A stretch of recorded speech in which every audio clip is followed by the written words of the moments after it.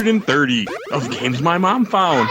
I am Mike Albertin, and who is getting lost in the wilderness with me tonight? Hey, it's your white Mexican Texan former cowboy, Kerry, Chandler, Carusa on Twitch and YouTube. And Cody Swampborn of the House Laveau, professional animal wrangler, warden of the Riverlands, bender of limbs, winter soldier, gentleman adventurer, former handsomest man, breaker of hearts, treasure hunter, friend to every single animal on planet Earth. Yes, even that one. Father of Grovers, obviously, the Acadian Nightmare, the Crescent City Saint, the Mississippi Miracle. That is the one and only current working cowboy on this podcast. It's on my tax returns. Once again, coming back for what, the 58th time on Games My Mom Found. All right. It's not that high, but I don't know. But who's keeping count, right? I don't keep count of anything. Not like that. Keep count of everything else, though. Yeah, I mean, I've been on. Am I your most frequent guest host at this point? No, but you're on quite often. I feel like I've been on like a dozen times though, because we did all three. But I made 3 episodes. Yeah, I mean, yeah, we've done all 3 of the scary space game. Yeah, the Dead Space Tomb Raider, and then I came back for a Dead Space. Right, we did the Tomb Raiders and Alice, and yes. I don't know. I've lost count of all the Star Wars episodes he does. I might be in the money. You know what? Actually, you might be right. I've forgotten about that. I do a lot of those too. Me and Kerry on the same podcast. We've been on a lot of the same podcasts, but never at the same time. Well, we've been on a few. We've been on a couple. Wait, have you and I been on the same podcast? Yeah, we've been on a couple here. Shit, have you and I been on the same? Holy shit! Oh, because you didn't have your camera on. I was thinking Richard. I was thinking Richard. Was that? Oh my God! Richard was Tomb Raider. I can't even remember what we had Kerry on. You and I've done 2 of these together. Have we done 2 of these already? How did I forget? This has been. Oh my God! I can't even remember which ones though. Egg on my face. I've done so many of these at this point. I've always wanted to be on a podcast with Kerry, and I didn't realize that I'd already done it twice. I don't remember either which ones. Okay, not only Kerry actually helped me build the computer that I am recording this on. Small part. No, you this thing would probably still be sitting in parts in my living room if it wasn't for that man. You're very kind. Well, he deserves it. So we are here to talk about Red Dead Redemption, developed by Rockstar, came out in 2010 for PS3, Xbox 360, and that's it at the moment, unfortunately. Yep. And for this episode, I brought my animal guy and my U.S. history teacher guy. So yeah, your Texan guys. Both Texans. Both Texans. Been to Mexico several times. I won't cross. I have not been to Mexico, but I am Mexican. Really? Huh. Well, I was near the border, and I went, nope, and turned around. So that count. And an actual working cowboy. It's on my tax forms. I get to write the cowboy every single year. That's cool though. Yeah, thanks. It fits the game we're talking about perfectly though. Exactly. So Cody, have you ever played this game before? Yes, actually. I think this is the 3rd time that I've gone through it, and did a 100% last time I did it, and I wasn't going to do a 100%, and then, I just kind of did. So, that 5-finger fillet game has been my undoing both times, and I still managed to do it. Got the total non multiplayer achievement thing on it on Xbox Live. Nice. That's impressive. Thank you. I played this once before, but I was a long time ago, and I played it on a tube TV probably in 2011 or 2012. When it first came out? Around that time. I would have got it for cheap because I was a cheap bastard. So it would have been like $20. But I remember playing it, and I don't remember much. I just know I worked at Sam's Club at the time, and I remember talking to a guy about it, and that was it. Yeah, I haven't touched it since. What about you, Kerry? We were supposed to play this? No. Oh my God. No. I never played it before this. I bought it. I found it actually the special edition that comes with the DLC at a Goodwill for $2 5 years ago, and bought it, and then have just never gotten around to playing it. So, but I did play this time on 360. Nice. I played on PS3, and I think this is a game I would love to 100%. I would have, but we're recording this a couple of weeks after Tears of the Kingdom came out, so I need to get this done so I could get back to that. So. Yeah, some kind of a Zelda thing just came out. Yeah, some sort of. Oh, whoops! Oh, I should have checked that out. That's okay. Nah, I know. I don't even. I love Zelda, but I don't even care. On my social media for the last 2 weeks has been Tears of the Kingdom. Mm-hmm. People are loving their Zelda right now. Yeah. Yeah, my son was using the Switch today, and I was like, well, shit, I guess I got to play a different game. I started playing Jedi Survivor again. And I was like, oh yeah, no, this is a good game too. Oh, mine is playing the Switch literally right now. He's probably playing one of the Lego games on there. Yeah, those are good games though. They're awesome. Yeah.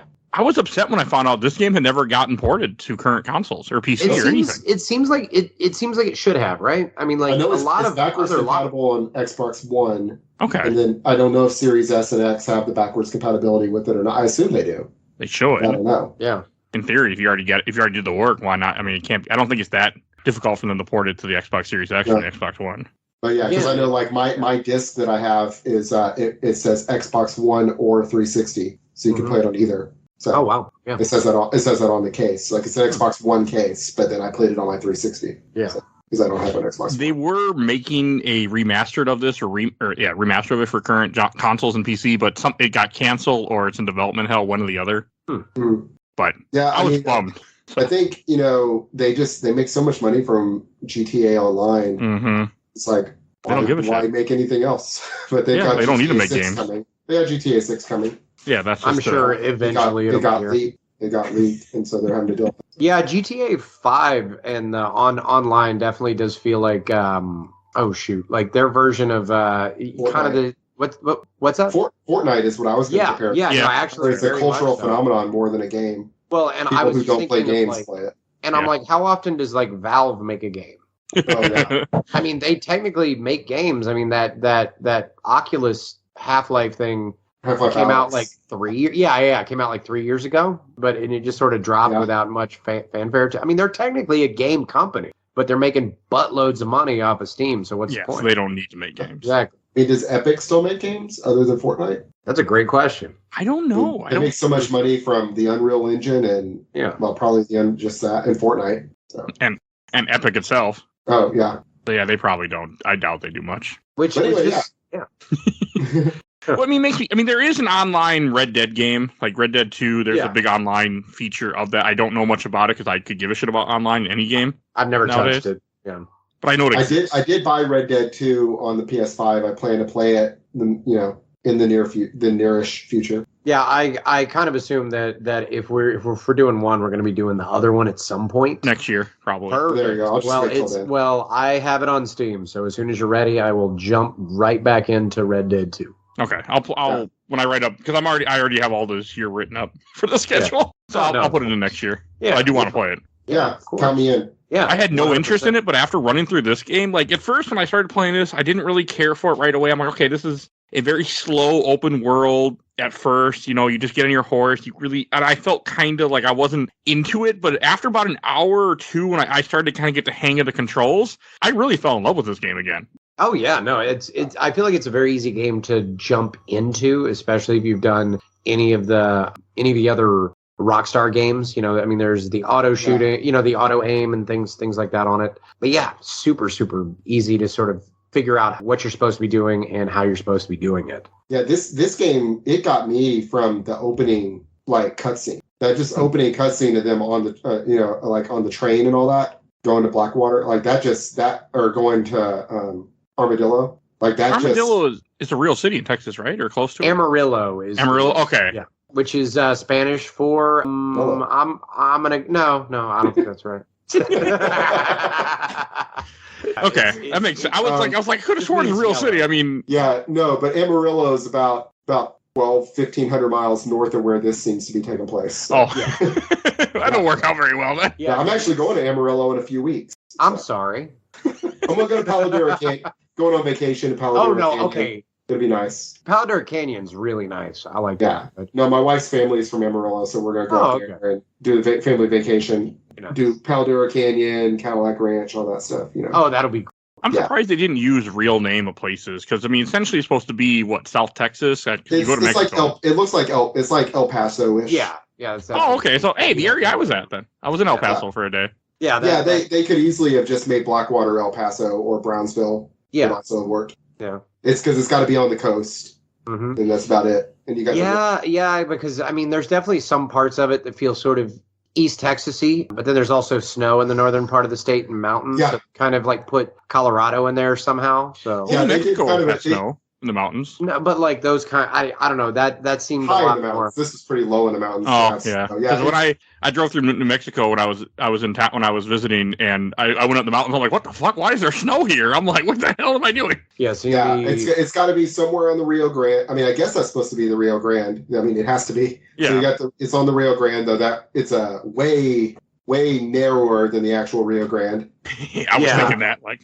But that's fine. And then you've got, I think Blackwater's on the Gulf Coast, isn't it? Yeah. That definitely feels very Gulf Coast. It almost feels more Galveston, even though that's further away. Or maybe Padre kind of thing, but Padre or because Padre is pretty close to the Mexican border. Yeah. So but the feel of the town itself, itself feels more like Galveston than it does like Corpus or something like that. Yeah. For those of for the people following at home that want to get very confused looking at a map of Texas right now. Yeah, the thing about Texas is bigger than most countries. So yeah, it's the size of France for any of our international listeners. Just a few. One of my favorite fun facts is Texarkana is closer to Chicago than it is El Paso. So you can be in the state and drive to Chicago in less time than it takes you to get to the other side of the state. That's funny. It's wild. Yeah. That's why at some point I plan to visit Texas and visit Austin, Dallas, not El Paso area. But yeah, I mean, there's so much to. I mean, it's such a large area in this state, and I've seen almost all of it actually since I've lived here since 2002. Been here 21 years, and I've been to pretty much every major city and kind of driven through just about every part of it. And I can tell you through most of the state, there's not a lot to see. It's not as bad as some other states, but a lot of it is super scenic. So much that I wish other video games did more of this, like where it really showed off the state's natural beauty for what it is. Yeah, especially since this state isn't getting a lot of the best PR right now in the news. I would really love to see something that's like, hey, look at how pretty it is. Look how pretty it is. Forget about all our human rights issues. Of course. Check out Big Bend. Florida's hold spear to Texas lately. So hey. Yeah, I've lived here my whole 40 years, and I've been all over, and I've been to the parts of the Texas that look like this. This game most of the time you're spending looks like kind of the Marfa, Marfa, Alpine, that kind of area. Yeah. Alpine and Marfa are like 20 minutes apart. A game where I didn't fast travel as much. Oh yeah. Get on my horse. I fast traveled for the first. I didn't fast travel till Act 3. Or no. I was you know what I was coming up on. I need to finish this game pretty quickly, and so I started fast traveling near the end of Act 2. But up till then, I would just ride my horse everywhere. That was the thing I fell in love with the most. Was especially in Act 1, I would just go riding. Just go riding. Yeah, it's very relaxing. The music is beautiful. The scenery. I love it. Oh yeah.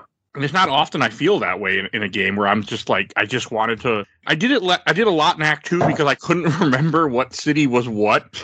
Oh yeah. And where I was supposed to go. I don't know why I was really struggling with that. You got to brush up on your Spanish, man. Apparently, I was like, you know what, fuck it, I'll just ride there. Yeah. Plus, I like riding because then I would hunt because I would usually try to go off road and hunt animals and just to get money. And that's a nice feature of this game too. You can just hunt stuff. Yeah. Yeah. What I wish you could do, which I know you can do in the second game, is catch horses and sell them. Yeah. That's the wild. I know the second game has that feature. You can catch wild horses and then bring them to a stable and sell them. Yeah. Oh, that's cool. Yeah. The only way to make money from horses in this game is to kill them. I think the second one it's also. It's not good money. It's $2 for a hide, $2. It wasn't much. Yeah, it's definitely not worth it doing that. Oh, there was one animal. I'm going to bring this up. When I was a kid and we used to go to Georgia, Statesboro, Georgia, Savannah, Georgia area. And I always liked armadillos for some reason. I live in the north. I'm from Wisconsin. And I always wanted an armadillo as a pet. Never got one, obviously. I pet one once, though. I knew a friend that worked at an animal show and he had an armadillo. But in this game, every time I saw an armadillo, I'd shoot him just because I could. Armadillo story. Fun thing about this. My Uncle Ronnie, when I was about 5 years old, because we were all just a bunch of Cajuns, right? They're out drinking beer on a levee somewhere, and an armadillo rolls up on us. He grabs it up by the tail, throws it into the river, and about 5 minutes late, all of us are like, Ronnie, what are you doing? That's insane. About 5 minutes later, it just walks out on the far bank. because apparently they can hold their breath for a very long time and they just sink. So that thing went into the water and just walked along the bottom and walked out of the river. It was the craziest shit that I ever saw. I was about 6 and I've never forgotten that. So Red Dead 3 needs to have an armadillo throwing into a river side game. Yeah. Rockstar can have that for free. We're not getting a Red Dead Redemption 3, by the way. Oh, so. That'll happen roughly around the time that I start drawing Social Security. So I'll have plenty of free time to play Red Dead 3. Yeah, we'll see. Yeah, we'll see. I think Red Dead 2 did really good. It's just they're focused on GTA Online. Yeah, I mean that's. Yeah. I mean that and this. I mean, Red Dead Redemption 2 is a prequel to this that takes place in 1899 or 1890 or something. Mm-hmm. Where this is like 1911. Yeah, the same time. So the end of Act 3 is 1911. Yes. So roughly every single Western that has ever been made, I'd say about 90% of them has something to do with the death of the West. So many Westerns are set at the end of like in the final years of the West. What's wild to think is how recent the Wild West, as we think of it, was. Mm-hmm. The house that I am living in right now, that I am recording this from, is 104 years old, right? And when this house was first built, the Comanche Wars were still going on. That's how recent that was. Like, there were Indian wars fought in within the 20th century, which is something that you just your great grandparents. Yeah, like your great grandparents could have been alive for actual Comanche wars, and up until a very less than half of the U.S. being a country, a large swath of this state was Comanche land. And if you go out west in this state, you'll see all these little towns like Winters, Alpine, Christoval, Ballinger, and all of them were formed in 1925 or 1926. And you're other towns were formed way after that, but nothing. There are no small towns west of Fredericksburg until the 20s and 30s. Why is that? Because the big towns had forts in them. Yeah. You could not survive building a small town in West Texas because this was Comanche land, and they would burn it down. Yeah. Until our great grandparents were alive. It is it's crazy to think about. Yeah, 100. Yeah, that is kind of most of the West, the Westerns, like the John Waynes and so on. Those are taking place in the late 1800s, 1880s, 1890s. Mm-hmm. You think of how many characters in those movies were old Civil War veterans. Yeah. And that was the reason that when Hollywood really took off with color and sound film, when one of the first early big genres were Westerns, which were based on a lot of radio plays before that, and they loved Westerns for that because the boomers of their time, they weren't called boomers, but the old timers then were nostalgic for their childhood, which was the actual Old West. Yeah, but so, some of my favorite, my favorite Western is Lonesome Dove. Oh, amazing. Yeah, I love the book, love the movie. I call it a movie. It's a miniseries. Yeah, I call it a movie. I watch it it's just a long movie to me. It's like watching The Irishman or something. Exactly. But in that, the character Dietz, Danny Glover's character, he's wearing Union Army infantry pants, right? And so you think all right, well, Dietz is 40 in that, so that gives you Lonesome Dove is taking place 1880s. Well, right? That's one of my favorite spaghetti westerns of all time, The Quick and the Dead. If you've ever seen that, I love The Quick and the Dead. Yeah. Keith David's character was the same way. He was wearing I believe it was an Army cavalry jacket from the Union Army, and he's black, which makes so much sense as to why he would be such a good shot, is because he was trained to shoot from horseback. I believe he carries one of the single action, very long cavalry pistols and that those long cavalry pistols. Oh, those are so cool. Not practical, but they're so cool. It's so interesting. I saw one of those at Cabela's, and I was just I just want that on a wall. It's just so neat. I'm not a big gun guy. I grew up shooting and all that, but I see that. I'm that's just it's like a work of art. Oh yeah. I mean, also history. Yeah, exactly. That's a big part of it right there. My 30-30 out to show. Yeah, you have. So I had a lever action 30-30 1925 model for years. I sold it several years back because whenever my son was kind of getting up in age, but because I don't live where I need a gun.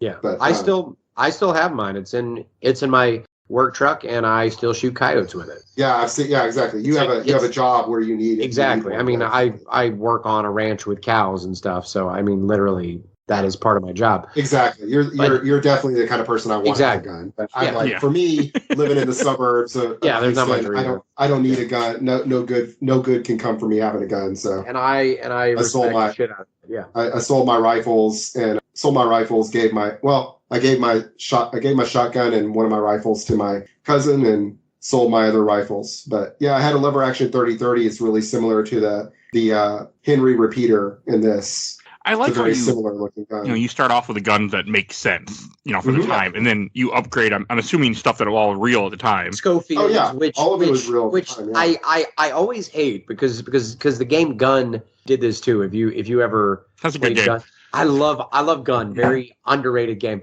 Both of them, both this game and that. The second pistol that you get is a Schofield, which is a break action revolver, which is crazy. I mean, the gun and then it like drops down. Oh, okay. I don't know. You can load it and then you can drop it back up. They're so cool. Like I wish that they still made revolver before. It's so cool, and that's like the second pistol here. But I love that gun so much that I played with it until I basically got the Luger because I loved it that much. But I wish that wasn't the next to weakest gun in that game for how badass it is in real. I used the starting pistol for forever until I got Cattleman's, right? Which I think is like an army Colt. Well, they also they give you upgrades throughout the game. Can you switch back to your weapons? I kept going back to the old, just like the style of that, that first revolver you have. So I use that in the Henry repeater for most of the game. But then in Act 3, you get, it looks like an Army 1911. That's fucking good, though. Yeah, cool. It's just too good not to use. Yeah, exactly. And you kind of have to, because the enemies do get a lot harder by the time you get in Act 3. They just become bullet sponges, and it gets really ridiculous with the machine gun range. Yeah. Oh no, you were right, because you messaged that in the group chat about how it's what, a 30 millimeter marshmallows. Yeah. I mean it should just murder them, and it's like, so I paid attention to it after you said it. I'm like, yeah, they're taking. It should just be I spray and everyone just drops. I would put it on one person. They're taking 15, 20 rounds from a Gatling gun. It's like, no. But it just, the gun, if it worked the way it should, then it would be ridiculous. Yeah. Speaking of which, I want to make a recommendation for another Western that I watched recently, which is a series on Amazon called The English, starring Emily Blunt. Oh, you got my attention. Very good. It's very, very good. It's her and a Native American actor. And it's almost like, it's dark, but it's almost like a buddy cop, but not cop, like buddy drama of Emily Blunt playing this Victorian English woman traveling across America for revenge, and accompanied by this Kiowa, or no, he's not Kiowa. He's no, I think he is. I think he's Kiowa, former Union soldier. Yeah, and they're kind of traveling across Nebraska, Wyoming. It's really, really good. Okay. Nice. It's 8 episodes, Amazon Prime. That sounds interesting. Nice. But to go back to your earlier point, I shot coyotes all the time in this one because I liked it that they would follow me, because they'd be hunting me, and I'm like, oh, cool, I can lure you all onto the road, and I'll just take you all out and sell your fur. I mean, that is part of my. I mean, I don't sell their fur. No, I know. I mean, I'm talking about the game. Not real life. No, but I mean, I do that a lot in real life. I didn't shoot that many coyotes in this game because I have to do I was going to ask good money in this game. So you shoot coyotes because they'll menace the animals where you work, right? Mm-hmm. But do coyotes ever menace you? Oh yeah, no, coyotes can definitely, especially if you get between them and food. They get more bold. They're not as bad as wolves, but yeah, no, coyotes. A lot of it is problems with urban sprawl, which is going on everywhere. It's a huge problem in Southern California, and has been for the last 10 years or so, because they keep building houses out there and it pushes them out of their natural habitat. More toward people. So they go into places where there's dogs and cats, and they just start. Yeah, they eat those. Well, exactly. As I growing up, worried about coyotes coming and getting our chickens. Yeah. Oh, very much. And stuff like that. But I never worried about coyotes getting me. And maybe I should have. Yeah. No, I mean, like, if a coyote is trying to eat your dog while it's on the leash and you do something to get between you and that meal, they will definitely snap at you. But and coyotes aren't going to like chase you down in the woods. No.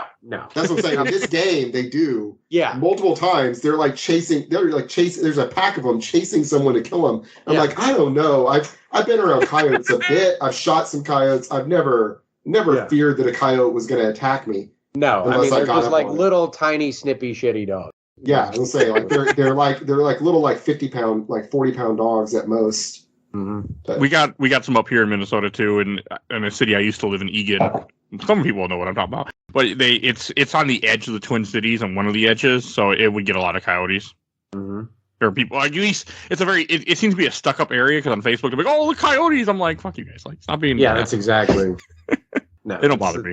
I love animals. So they are the bane of every next door app. Oh yeah, there's always going to be somebody on there that is bitching and moaning about the coyotes. God, they don't bother me. Just don't leave your animals outside. Exactly. My I don't have Nextdoor. I have Ring. Oh yeah, one of those. Mobile app, and ours is people complaining about raccoons. Oh, it's like raccoons. And I don't have neighbors. It's glorious. Yeah. I'm so happy I'm not on any of those apps. It's been about 4 years, but yeah, never. I do not miss. I can pee off the front porch, and it is that's the dream, right? That is the dream. I love. I used to pee off our back porch all the time. My wife got on me for it. So. Oh.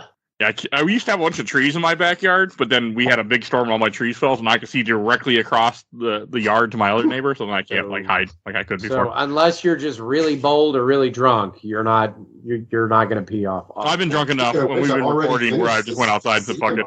So that's happened. Peeing off the back porch is one thing. Peeing off the front porch. That's how you know there ain't anybody else around. I am country. Love it. Well, one thing that I want to mention about this game, that, like, with the first act at least, that I really liked, is it feels like you're getting the first act. You run into Williamson, one of your old crew members.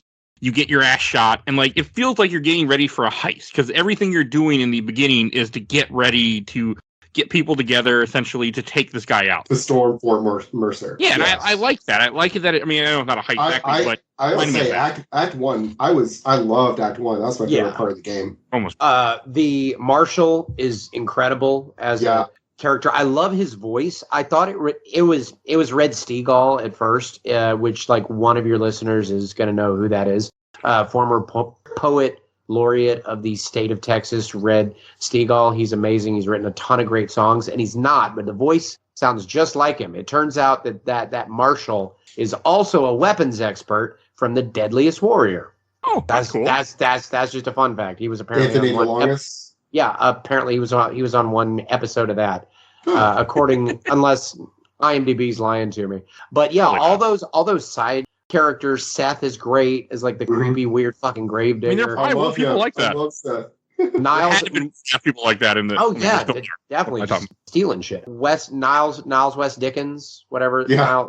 West Nile. That's Nigel West Dickens. There it is. Yeah. He's a cop, but he's great. Yeah, but because that was a real thing, was snake oil back in the day. Folks were selling the most amazing fantabulous elixir from the greatest minds at Yale University. Step right up. Cures pyorrhea, gonorrhea, diarrhea, hemorrhoids, and the shake. We had Irish and Welsh. Oh, we had Irish, Welsh, and French. Very much. Oh yeah, I guess so.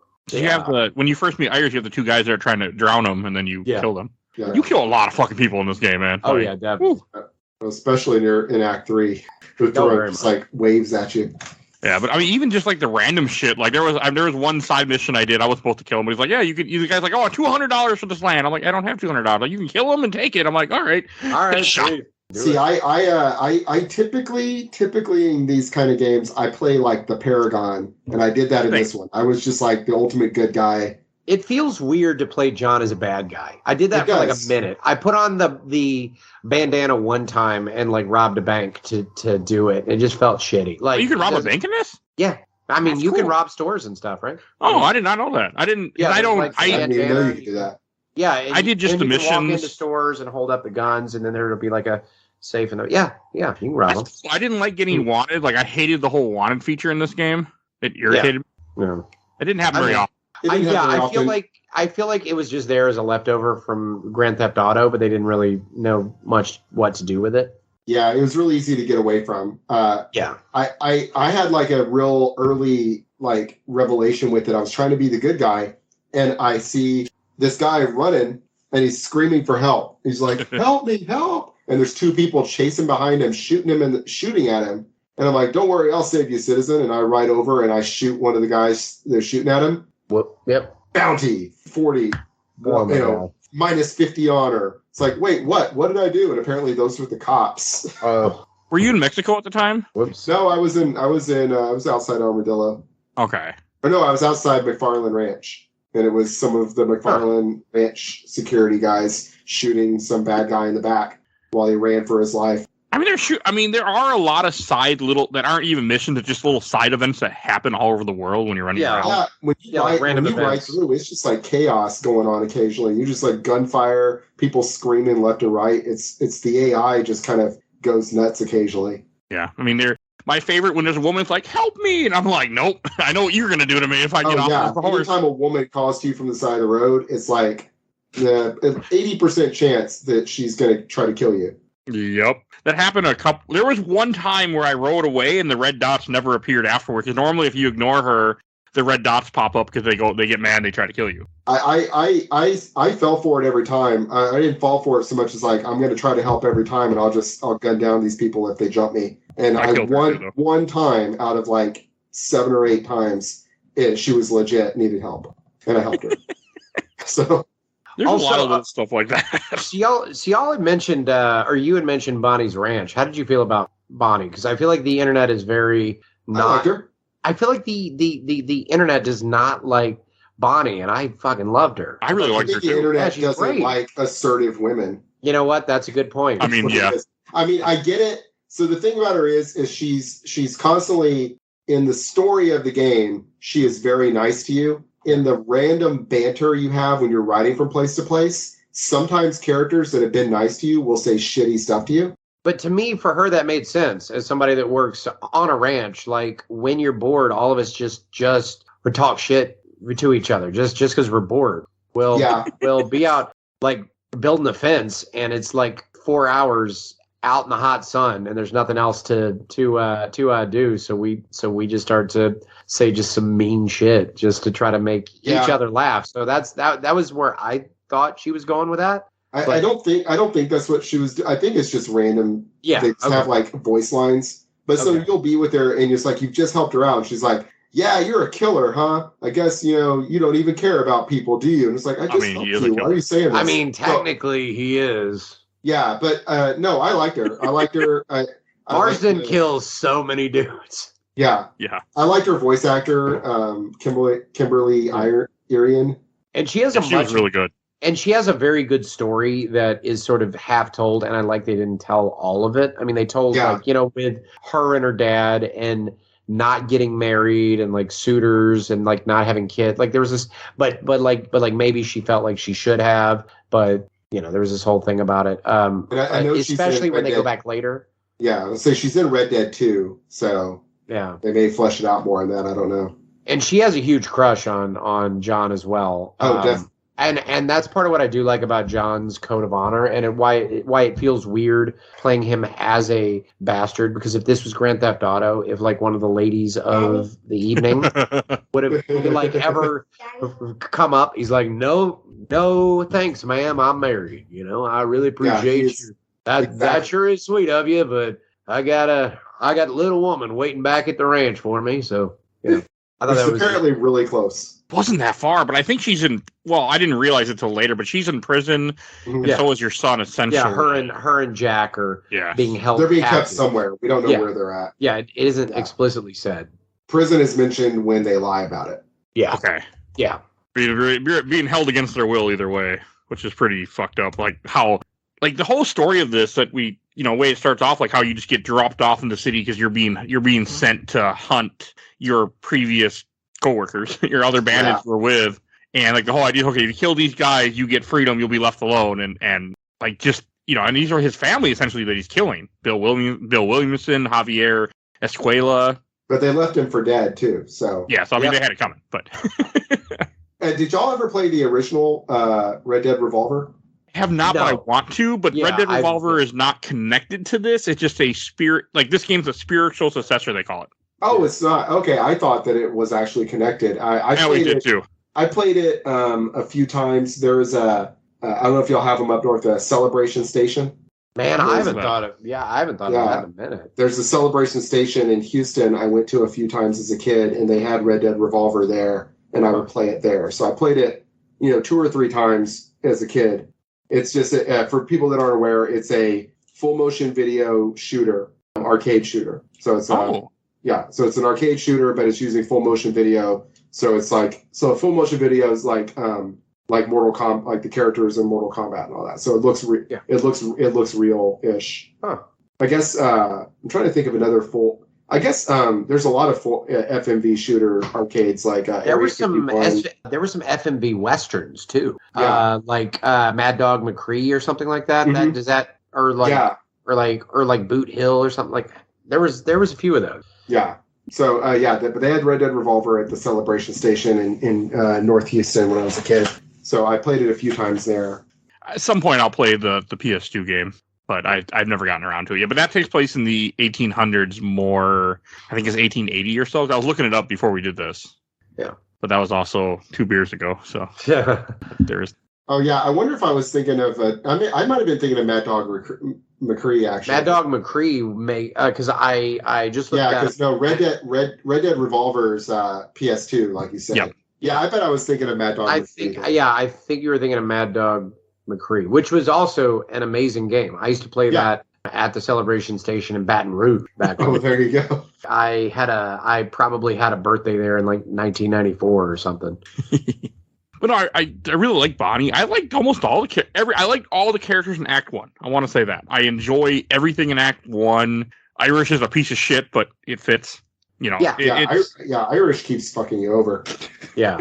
Over and over. A good job introducing you to a lot of different aspects of this game that are just there that you don't like. You can break horses in, but you don't have to do it. You do it for a couple missions, and there's just money in it. The problem with it is there's nothing to do with it. You can make money off it. A couple, there's like you can go to a ranch and break them for a little bit of money, but I mean, it'd be better if you could catch wild horses and do something with them, which, like I said, in Red Dead 2, you can. Yeah. I enjoyed the poker. I would just go and sit, because I kind of, I enjoy poker, but I can't gamble in real life. I get myself in trouble. Right. I've gotten myself in trouble, so I stay away from gambling in real life. But I like to play, like, I used to have a poker night at the inventory on Steam. Oh, yeah. Yeah. And I would sit and just play, play poker, like that. And I like that. So I could see myself just loading this up to play poker occasionally. In fact, I left my final save at the inn in Armadillo where I could play. I loved Liar's Dice. That one was a lot of fun. Mm-hmm. Yeah, I hated that one. That one was. It took me a while to figure out how to play it, and then once I got my mind around it, it was easy to win. Yeah, you're supposed to do it for one of the side missions, I think. Yeah. I started to, but I could never win, so I just said fuck it and just didn't bother the mission. That was probably my 100%. Yeah, I was pretty good at poker, pretty good at Liar's Dice, pretty good at the blackjack. Okay at the horseshoes. The 5-finger fillet, I could never do. That was my last part of the 100% both times, was that 5-finger fillet. So you have to win a certain number of times, right? Right. And it gets really fast, and there's a lot of patterns to do. So I figured it out. What I could do is it's the same pattern every single time. So I just literally put it up on my phone what that pattern was and didn't even look at the screen. I'm just like YX, YX, YX, AY, AY, like just doing that until it timed out correctly. Oh, okay. So if you ever just absolutely need to 100% this game, hot tips with Cody Laveau on how to beat 5-finger fillet on like a 12-year-old. Well, you've got to win a certain number to get one of the outfits, I think. Too, right? Yeah. Right. I didn't bother for any of the outfits, but yeah. That's what I could see. Like if I didn't have other games I want to play, then I could see myself just grinding out, at least getting all the outfits. Yeah, which is fun too. Unfortunately, what I didn't like is I honestly wish that the outfits, none of them did anything. for you. Yeah, because then I just guess aesthetically. Some of them do. Yeah, because I wanted to wear like the duster the whole game. It was basically. it's so badass. It was just just- be yes. Clint Eastwood the whole time. Yeah, It was just because I grew up with those Clint Eastwood movies. Mhm. So that's why I wanted to wear the duster the whole time. And I'm like, but the assassin outfit is extremely useful. Oh yeah, definitely. Yeah, but it doesn't look good to me. I like the duster, or when I was in Mexico, I got to wear the serape. Yeah, Yep, I wore the poncho thing. Like I'm the good and bad. Is it the good and bad, the ugly, where he has the serape? I think so, yeah. Mhm. Yeah. Five Good Mules for movie. Sister Sarah. That's Yep. another one. Oh, Where's the nice. serape? I like that. I love that movie. We had that on VHS when I was a kid, so I watched that watched that one a lot. Oh man, it was a lot of paint your wagon because I am Oh yeah, that guy. I am that guy. yeah, we had that. Yeah. A lot of the Searchers. I love the Oh, the Searchers is so good. the man who shot Liberty Balance. Yeah. Oh my God, I love that movie. Oh yeah. Jimmy No, Stewart is a cowboy. He's playing. Well, why did you shoot? Yeah, I love that. Yeah, growing up, my mom's third husband, who was there for most of my childhood, he was a big John Wayne fan. Yeah. Collected, so we had every single John Wayne movie. We even had, we had the non-westerns. Oh, like Genghis Khan. Yeah, well, we didn't have Genghis. We did not have Genghis Khan. We had. Oh my Q, God. We had that Q. We had that one. We had Iwo Jima. Oh. We had the Quiet Man, Mm-hmm. which is the one where he's in Ireland. He's Irish. He's in Ireland. I have not seen that one. Yeah, that's a late one. It's him and what's her name? Madeline O'Hara, I think, that was in. She's in Clintock. And then she's in a bunch of. And then the Rooster Cogburn. Oh, of Rooster! course. Oh man! Like all of them. Like but the original True Grit is just one of my favorite movies. Okay, it's just one of my favorite movies. Oh, Forget Western, just movies. And I love both of them too. I love both of them. Yeah, yeah, they're both good. Great. The first time that I ever heard anybody said they were going to bust a cap was in the original True Grit. So when I heard rappers say it later, I'm like, why are they talking about what? Oh, the cap of the bull. Like they're gonna the cap. They're gonna. Oh. Huh. Now that makes sense. True Grit is seriously just a really good so movie. Good. And yeah, I've not seen either one of them go. The remake is great. I haven't. Like it's different. The remake is more based on the book, I think. Yeah, but both of them are great. No, both of them are absolutely such a good movie. And McClintock though is probably after True Grit, McClintock. Great movie. That's a comedy one. I'm not a Western fan normally. Oh, dude, you are missing out. I mean, like Westerns go far and wide. There are some modern day Westerns. There's some really good modern ones. 310 to Yuma. I've never seen that, but I've heard good things about it. I think that is one of those movies where the remake is better than the original version of it. I've only seen the remake. Strong. I did see the remake of True Grit though at one point. That was good. Yeah. I don't remember anything. I just got The Unforgiven on DVD. Unforgiven on DVD. That's a really good one. That's a late Clint Eastwood. Well, it's like 2000. Yeah, it's like 2000s, but it's I think he maybe won an Oscar for it. I went through a phase where I tried to watch old movies that like Westerns. I did watch The Good, Bad, and the Ugly and that whole trilogy at one point. So I every so often I try to like just get things out of the way that I feel like I should have. Now I just do it for the podcast. Yeah, of course. Well, I wait, but yeah, that recent movie, right? Hostiles. Have you seen that? It's so good. If you like 310 to Yuma, this is another movie, another Western with both Christian Bale and Ben Foster. Oh, yes. It's so good. I haven't seen that. I've heard about that. It is the only roguelike movie I have ever seen.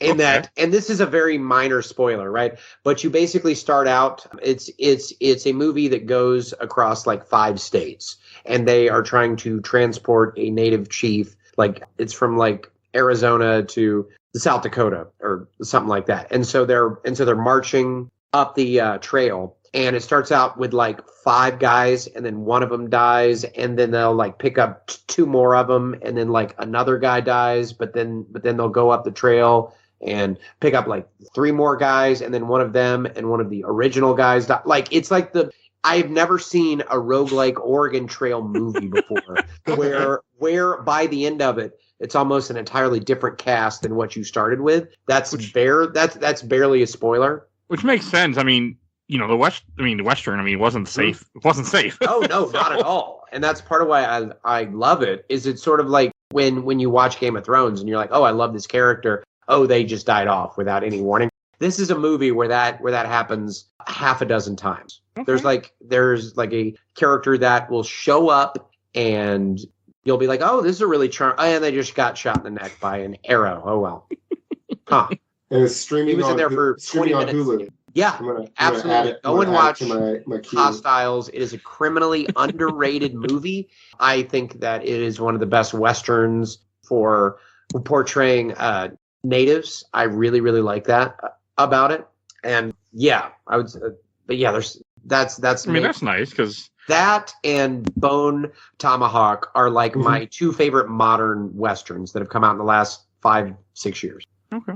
This game was I mean, it was racist with natives, but it was better than the way it handled Mexicans. True. Yeah. I mean, very true. The native part, like I thought it would be worse because I was like, okay, but I mean, there was the one asshole who's a piece of shit when you're NPC, but he's a white guy, so it's okay. Like he's just like talking all slow to the natives. The guy's like, I speak English, man. Like, why are you doing? Like, stop it. So I want to say a couple. So I am Mexican, but I was I said at the top of the thing, I'm the white Mexican because I was raised outside of that culture. I was adopted. I was raised white. So I'm Mexican, but I'm a white Mexican. My actual Mexican friend, he was like, no, the Mexican part was my favorite part of the game. He said it reminded me of my family and of people and of when I would visit rural Mexico as a kid. So that's his perspective. That's just one Mexican person saying that. But that doesn't, if any Mexican person was offended by this, that does not invalidate them being offended. Myself, I was not personally offended because, as I said, I'm a white Mexican, so I don't get to be offended about that stuff, or I try not to let myself get offended. But I did think it was pretty bad sometimes. It just felt like every male Mexican character almost was a rapist. Yeah, that was a little much. And I think that you could argue, and I'm not trying to. The only way I could get around that is by going that this is more of an indictment about the nobility revolution. Is that we're supposed to see the revolutionaries as these great like heroes against this corrupt government, which in truth both sides are bastards. One side is holding all of this power for themselves and abusing the fuck out of it, and the revolutionaries want to usurp them so that they can take all of the power for themselves and be total bastards about it. And you do have good people in there. You do have good people. Yeah. So and it's usually those that are in charge that are taking advantage of the folks lower down that are more idealists. Yes. But yeah, unfortunately, because you're in Mexico, every named male person that's involved in both sides of that conflict is going to be Mexican. So if you're going to make them all rapists, it still feels pretty shitty. Exactly. So I didn't really feel like it was necessarily being. Yeah, that's what I would say. No, that's exactly what I think too. Like, I don't think it was necessarily racist. It was unfortunate. Yeah. But I think one of the best female characters in this was is her name Isabel? Was that what her name was? The female revolutionary. Louisa. Louisa, right. Hey, don't worry. Her boyfriend couldn't remember her name either. Yeah, because the leader kept calling her Laura.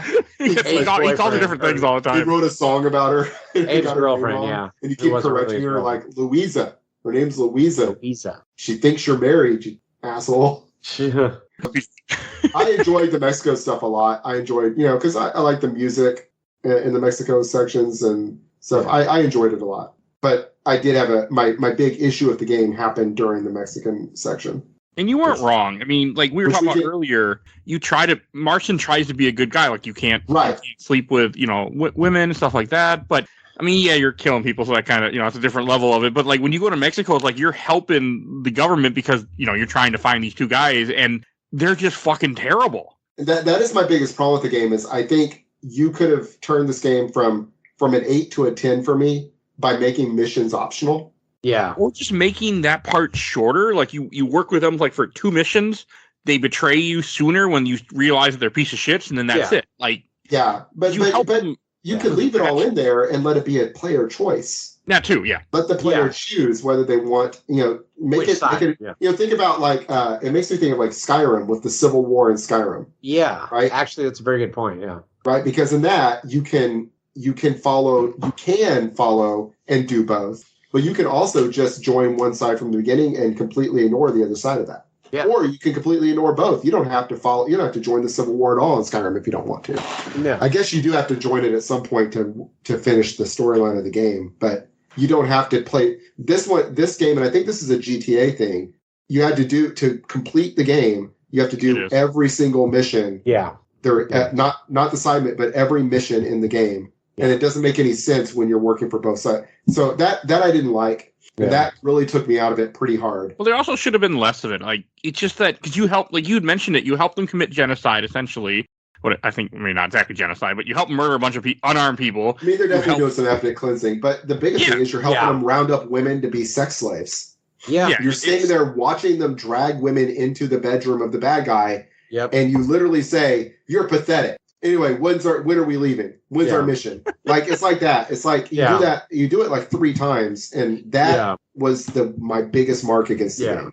I mean, just make the missions optional. That's all you have to do. For sure. Or just make it shorter too. I will say though, that first ride into Mexico is just fun.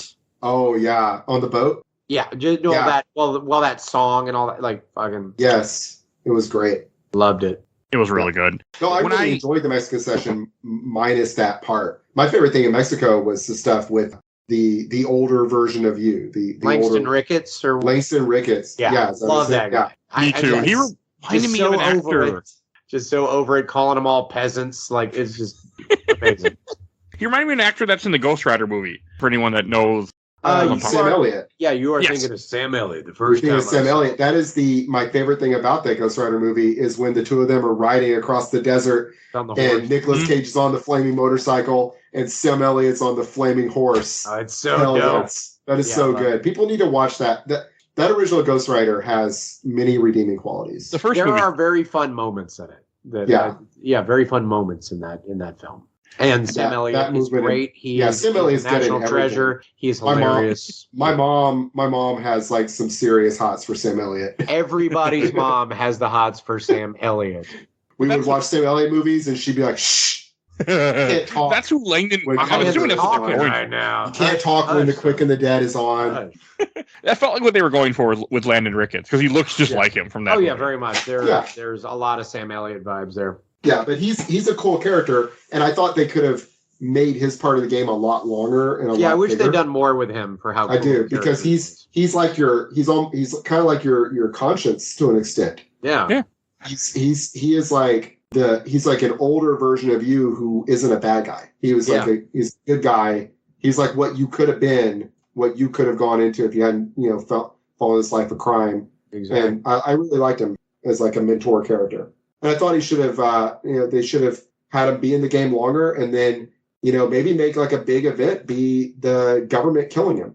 Well, I would have actually liked, I just thought of this now. I would have had no problem if they would have pulled Uncle out of this game altogether and put Langston on the farm with him. Yeah. Oh, yeah. And be like, well, he's done with the peasants. He's going to settle down and they're going to work a farm together. I also felt Langston should have been more involved as you do the revolution. Like, because he's the one that connects you with the revolution. Yeah. But then he just goes away. Just leaves. And also, we have no idea where he goes. Yeah. In my save, it was kind of weird because I did his missions first, and I did the governor's missions. Same. So in one of the missions, he's like, "Oh, I hear you're working for the government." I'm like, "I haven't yet." Oh, really? You make a comment about it. I did 1 or 2 of the governor's missions, then all of Ricketts. Then I went back and did all of the governor's missions that I could do, and then I went back and did the revolution ones. And then you have to do one more with the government after you've done some of the revolution ones. Yeah, I didn't. Then they betray you. Yeah. Which, I mean, in all honesty, they have a right to betray you at that point because you betrayed them. Exactly. You've been working for both sides. Yeah, I mean, you really probably shouldn't have work back for the government after you've been killing them. Like, somebody would have talked.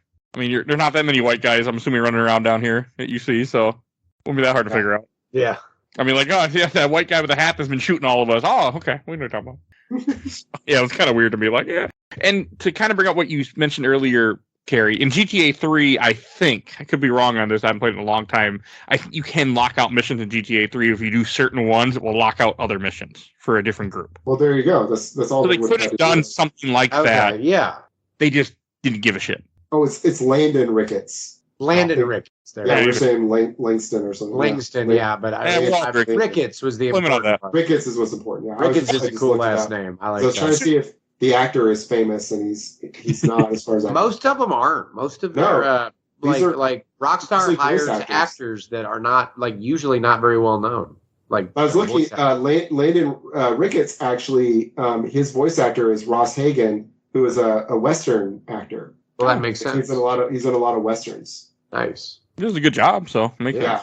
Like I'm looking at his IMDb, and it's a lot of him in cowboy hats. Yeah, I was also wondering if Abraham Reyes was the guy that started the Mexican Revolution at first, like if they were going historically, but when I googled it, didn't sound like they were. So no, I thought they might be would, but no, they didn't. They could have. That would be cool. Because I'm assuming there's someone that's known for starting the revolution in Mexico in 1911. You know, it still feels weird the way that Grand Theft Auto has like fake names and states for everything else, but they also just went with Mexico. Yeah, like, that seems weird. I guess you know they've yeah.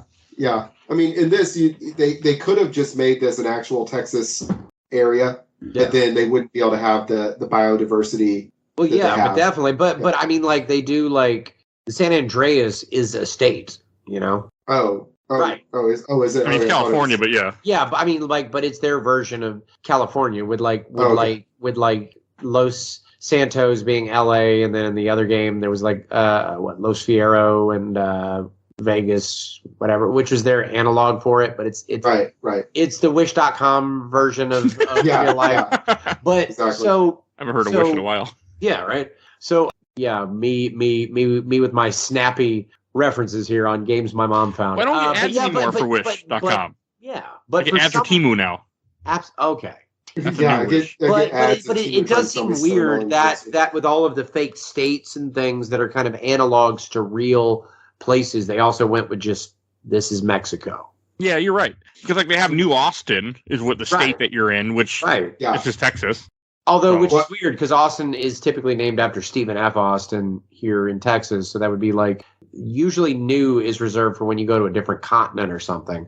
So you would assume that there was somebody back in whatever old country there was whose last name was Austin. They moved here. Well, there's Iberia and New Iberia. Exactly, because that's Spain. You know, that is the Spanish. Yeah. And then when they came to Louisiana, they named it New Iberia, which same as New York because the Dutch York. Yeah, like it's New York. Right. So it was so that's lore that nobody will ever explore. So the state is New. I figured it was like the county was New Austin. Oh, maybe it's a county. But like either way, there would be someone in some old country somewhere, presumably England. Well, maybe I thought maybe like they're in New Mexico, and it's like it's possible, which would explain like this is the Austin of New Mexico. I guess I don't know if New Mexico had the ocean on it for some reason. Yeah, exactly. That's right. It has to be. It's Texas. Very bizarre. It very much has to be Texas. Also, it's weird how it goes. You go kind of north to get to the port, but.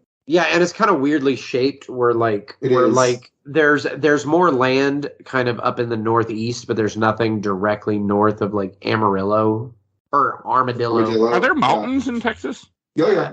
Yeah, but not like that. It's not that have snow and stuff. Yeah, those are like Colorado mountains. Like we are at the base of what eventually becomes the Rockies, more of like foothills more than anything, or Mexico? or way down south, like down around Big Bend. But they're like on the border. Yeah, there's mountains like in Big Bend for sure. Yeah, but there's still nothing like what they're not like big snow. They're not big snowy peaks. No, that is like Colorado. Okay, yeah. I mean New Mexico. It felt like because where I was up in I was going to Roswell from. The fuck city was I in? La Cruza. And when I drove through it. Oh, holy shit. Fuck city. Sorry, Mike. Roswell was awesome, by the way. So yeah. That's a weird little town. Reno, Nevada is now known as Fuck City. Okay. Hereby declared that. Anyway. I haven't been to Reno, so. Nice. I've just been to Vegas once. I didn't really go off the strip too far. Yeah. We did go to a random nightclub area when the girls I was with was talking to some guy, and we went to this club, and one side was Mexican music, and the other side of the same club was like goth rock. It was very strange. Oh man, It was very weird. I'm like, what the like we go on one side, everybody's raving and everything's dark. You go on the other side, it's Mexican music. And, like you literally had to go up a step and through a sheet. Huh. I was like, get me the fuck out of here. So yeah, it was weird as hell. But that's Vegas for you. Yep. Story checks out. Yeah. Another thing about this, like I enjoyed I try to do most of the stranger missions, which are the side stuff that you can do. Yeah. Mm-hmm. There were some that were like, there's one where you have a cannibal guy and you can leave him, and of course I shot the cannibal. Yeah. Yeah. There was that. There was one that I do want to bring up where you have this woman who's on the train with you who's like, I'm going to look for God, and you find her just randomly just like laying in the plains just dying. The preacher that she went with, like he abandoned her, right? I think Wasn't that what it was? She was with like a preacher on the train, and he was like explaining to her how to, you know, that Native Americans don't have souls or something. Yeah, it was super fucked up. Yeah, and then you find her like laying in the dirt, dying, and she's been abandoned by this guy. Yeah, that's a theme of this game, though. A men abandoning women. So yeah, and just authority figures being pieces of shit. Yeah, there's the one. I failed this one. I had to redo it when it came back up. Where there's a guy that's trying to sell a hooker to you. You have to buy the hooker. If you shoot the guy, the mission just ends and she runs away. Yeah. He's like, $200, you can have her. I'm like, well, I'll just put a bullet in you. That's exactly what happened to me. He tried to sell her to me. I was like, fuck you. And I shot him in the head. And it's like, mission failed. Yeah. I'm like, that makes sense. Fuck you then. Right. I guess I failed that mission. But it did open up for me a while later where I went, paid for it. Yeah. I paid for her. And then he kills her anyway. Yeah. And then I got my money back because I killed him again. Huh. Yeah, I had one. I had one I failed that came back up, and when they failed, I didn't try to get them back. I had the one where I can't remember. The guy is saying like his beloved has run away, has gone away. Oh, and it turns out it's a horse. A horse. Oh, I did that one, yeah. And so the woman's like, "Well, here, let's just go bring the horse back." And I go to get on the horse and accidentally ran her over while she was getting on the horse, and it's mission I killed her. And it was like mission failed. I had a few times where I ran somebody over with my horse randomly and caused problems. Yeah, the AI gets a little bit weird on both the people and the horses, so it does feel like they just throw themselves underneath the horses. Yeah. Well, I ran over the racist white guy for Native Americans. I ran him over by accident. Good for you. I ran over a cop once, and they got very upset and came after me. Oh, yeah. I ran over a cop a couple of times. I ran over a dog in Blackwater and got a bounty on me. As you should have. He was a good boy, Kerry. He was a good boy. Dare you? He ran into the middle of the street. How dare you? Go and have the right of way every time.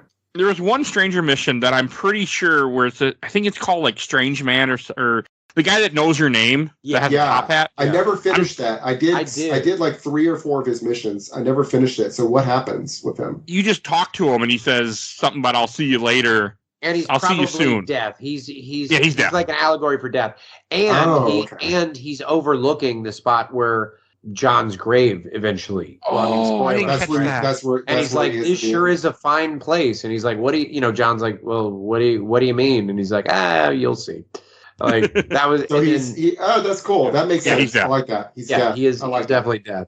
But I think I did a few of his missions and then I didn't finish it. So. I think there was one that I was trying to finish called Funny Man, where you go to random places and you find this guy tied up. That guy. But I didn't finish it because I didn't do the one in the mines when he was in the mines until I was already in Act 3. And then he was in Mexico, and I'm like, I don't want to go back to Mexico and run around. So I said, fuck it, and just left it. I just didn't. I was tired of Mexico at that point. Like, I just wanted to be done. The side missions that I didn't even try were the collecting flowers. Same. People. I kind of slowly did those over time. Like I would like when I would ride back and forth to one mission to another, be like, oh, there's a flower, let's hop off and grab it. Yeah, I didn't like to. I didn't want to have to stop and get down and pick flowers all the time. Like I wanted to. Like I felt like if I could have, if I could have picked them from the horse, I would have done it. But then it wouldn't have been as immersive. Yeah. You want it to be immersive, but on the other hand, I didn't want to keep stopping my horse to get down and pick some flowers, so I just didn't do it. But. And then animation of animals. Yeah, you got to watch the animation every time. The skinning the animals animation, I could have, you could have eventually stopped that. Yeah, you can skip it if you park your horse. If you stop your horse on top of the animal and then you get down, the animation won't play. Oh, really? Okay. I didn't know. That's what I used to do because when I first played this game, the reason I also played on a little tube TV is because one of my roommates at the time, she just fucking hated if anyone cut animals open in this game. Like it would just bother her. Yeah. And her son was playing the game. He was like in his 20s. He was the same age as me. He was playing it, and he would do it purposely to upset her. Oh. So I was like, no, I'm not going to do that to you. I'll just play it instead of playing in the living room. And I remember that. And so I learned that trick. I used to have to do that if I played out because it would really upset her. Huh. My son was around too. My son was it does 5. take a lot longer to skin an animal than what they showed you. Yeah. I was thinking that, especially when you kill a bear and you skin a bear. I'm assuming that takes a while. Yeah, it's just like one pull, and then he like wiggles the knife back up, and then it's skinned. Yeah. I can't even imagine skinning an animal. I don't think I could do it. I got some bad news. I know you probably have. A lot. Kind of a lot. There is usually a taxidermy deer head right above my head as I record this, as is my walls are bare because they're remodeling the house. But you've seen that deer. I skinned that deer. Yeah. As a 12-year-old, I've been doing love that deer since so I was much. that age. But also in this game, for some reason, animals I love in real life, every time I saw them in the game, I shot them fast as I could. Yeah, of course. I love deer so much. Like I was getting some wild deer that came up to apparently my bird feeder was a deer feeder, and they would come up, but they stopped coming when I was around. They would only come later at night when I was asleep, and I'd find the bird feeder empty. Yeah. I'm like, you bastards, I want to see you. That's why I'm feeding you. See the deer. Look at you. Yeah. I grew up hunting. I haven't killed an animal in probably 20 years, but I grew up doing all that. But man, I only ever killed pigeons. It's been at least a week for me. I used to end up having I worked at the Mall America, and we had pigeons, and sometimes we'd end up killing them. We spray them because we were trying to clean and stuff. I will say the thing that did keep this from being a 10 out of 10 game, fishing. I need no fishing. Yeah, that's in the second game. I know. Fishing in the second game. Though, I need fishing. A game automatically jumps up a point when it has a fishing mini game. You know this about me, Mike. Yeah, I do. I mean, I enjoy. There's a decent amount. Game. My abundance of fishing shit posting. I absolutely love to fish. But yeah, and that's not even a joke. Like I actually do legit love to fish, and I love it when a game has that. The second game is of way Time, longer. Best game ever made because of the fishing minigame. It does have a great fishing minigame in it. Yes, it does. Twilight Princess has a real good one too. No, I can't remember Twilight Princess at all, unfortunately. You're on a boat, so you're on a boat in that one. So you would better fish in that game, as far as I'm concerned. Yeah, I said I. In this game you can't swim. I wasn't counting fish. Oh yeah, John. I go fishing. I go fishing several times a year. All GTA games. The first version you can't swim ever. And then GTA, it's a Rockstar thing, not GTA game. But Rockstar they don't like let you swim because they use it. Well, any open world game, like for example, Assassin's Creed, you can't swim in the first Assassin's Creed. I mean, it was their way of saying, nope, you ain't going there. Yeah. Same as here. They really could do like a Red Dead 3 and kind of cross it over with Grand Theft Auto in a significant way. Just set like a Western in the 80s, very much in No Country for Old Men. Oh yeah. That is one of my very favorite movies ever. Exactly. I just read the book a few weeks ago. Oh, it's an amazing book. It is so good. I've read that book 3 or 4 times. I read Blood Meridian at least once a year. I've got Blood Meridian sitting on my nightstand right now. I haven't read it yet. Amazing. The audiobook might even be better because a lot of it is written phonetically. But to me, Blood Meridian is my favorite book of all time. I probably read it 20 times. I read it at least once, usually twice a year. Just finished it up again about 2 months ago. To me, it's a flawless book, and it's one of the best books ever written. I was on another podcast where they told me that I could talk about literally anything that I wanted, and I made the host read that book so that you could analyze it for 2 hours. I don't read books very often. So. I agree. A modern Western like No Country for Old Men, or maybe like Justified. Again, set in the 80s even, because like drug trade coming back and forth from Mexico. So then you could do some like Norco stuff with it, and then have like your big Houston type town, and then maybe even like a yuppie Austin town, and then maybe like a Dallas cow town, and then you have your 3, right? And then lots of open space like in Grand Theft Auto 5. That could work. Yeah, that would be fun. I mean, because that really well. Like I said earlier, I don't like westerns, but I enjoyed this a lot. I'd sub in Amarillo for Dallas, but or Lubbock or whatever cow town that you want. Fort Worth, but just like oil business, cattle, and then tech yuppie idiot, Austin, where I live. Yeah, but I think you could have a lot of fun with that, doing those. Yeah. Those three. But still putting horses in it, but in a modern setting, doing drug trade. You could put it right on the border. I mean, it doesn't matter. Yeah, do an El Paso Laredo thing. Yeah. You still like the bridge. Exactly. The bridge? Oh, yeah. Oh, that's a good show. Put the bridge. The bridge was a really good show. I'm watching the Danish Swedish version right now, but I just finished the American version a while back. Mexican American version a while back. It's good. Lyle Lovett is in that. He's Lyle Lovett's Lyle Lovett's so good as the lawyer. Oh, I love him. Yeah. Did you guys do the hideouts in this? Uh-huh. Yeah, I didn't do all of them, but I did some. Yes, like if I ran across them, I'd do them. Yeah, I did all. Yeah. Nice. They were cool. I like how it's just a shootout. Like you just you find some random guys. Like, oh hey, go help out my buddy. I'm like, all right, cool. Let's go shoot everybody. Yeah, I enjoyed the hideouts. Yeah. I like shooting bandits. I didn't really like shooting the rebels because that just like we were talking about earlier because it just felt nasty. Wrong. Shooting bandits. That's pretty much. Yeah, I mean, those guys knew the life that they're getting into. Yeah, I think government agents feels weird. Yeah, when I was watching a YouTube video, it sounds like there's something. Cause I assume when you're Jack, if you go down here and you find out that Abraham Reyes attacked Mexico City, and then I think either he wins and he turns out that he wins and he turns out he's a piece of shit too, just like the people he overthrew. Yeah.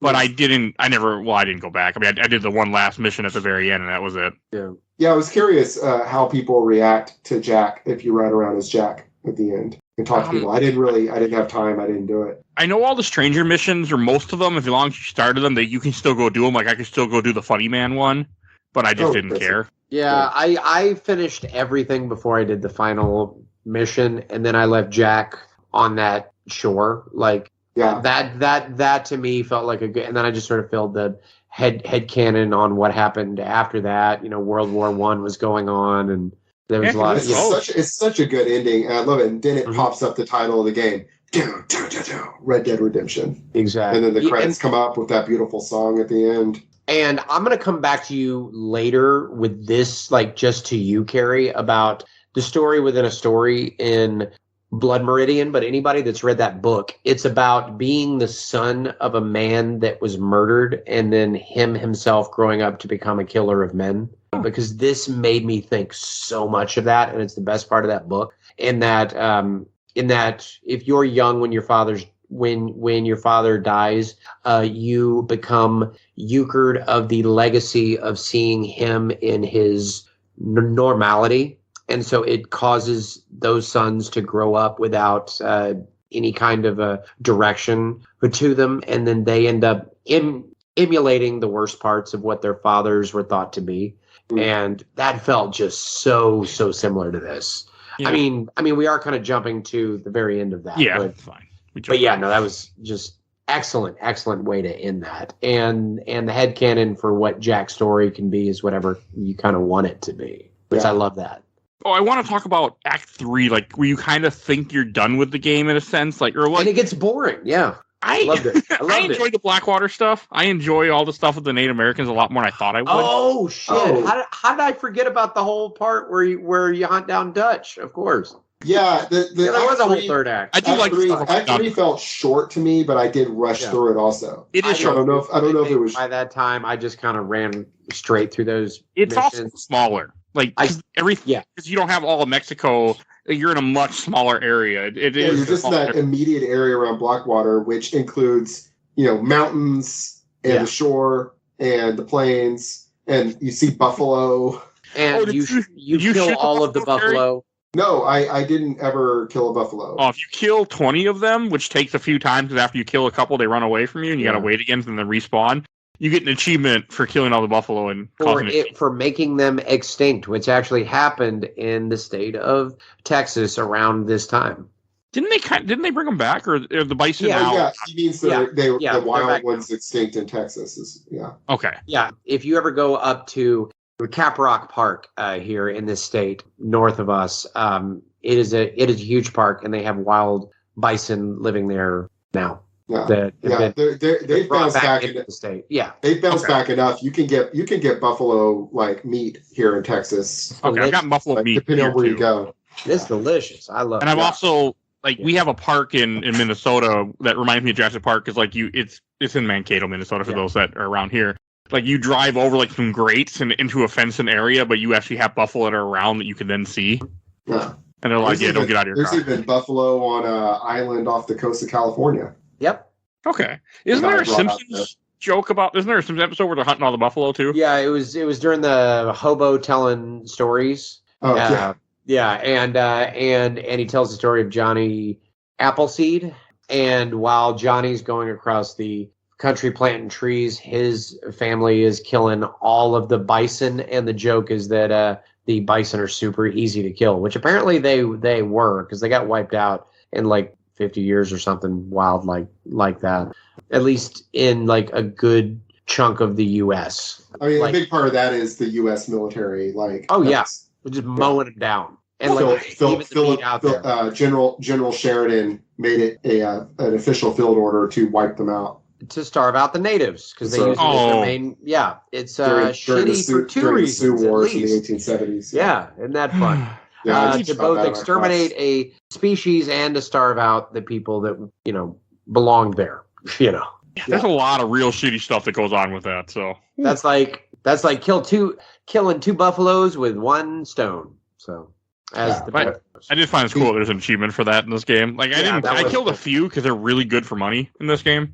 I bet. I was trying to go for the achievement. I go out of my I don't go out of my way for achievement, but if I can make one happen through the course of the game, I'll do it. Or in this case, it was trophies. But you know what? I didn't spend enough time in, and I wish the game had more like official stuff to do in was Thieves Landing. Yeah, Thieves Landing was a neat looking town. It's a neat looking town.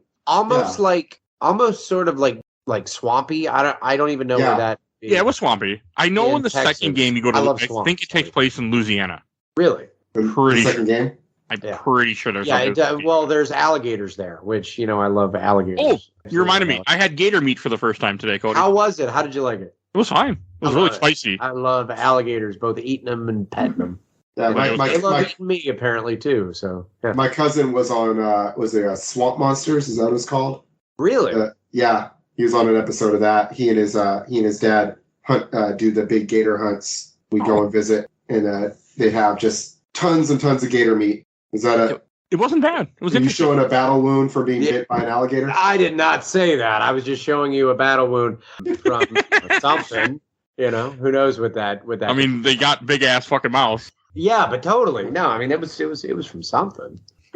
I would never fuck with a gator. I will tell you all that after. I will tell you all about that off air. But yeah, I mean, I've seen apparently like eating me too. What's that? I've been to Georgia, but I won't go near those fuckers. I'm like, nope, you're beautiful looking, and we ain't going near you. Oh, I love them. I still love them. Like we get them a bit. I live near a lake, and we get them in our lake.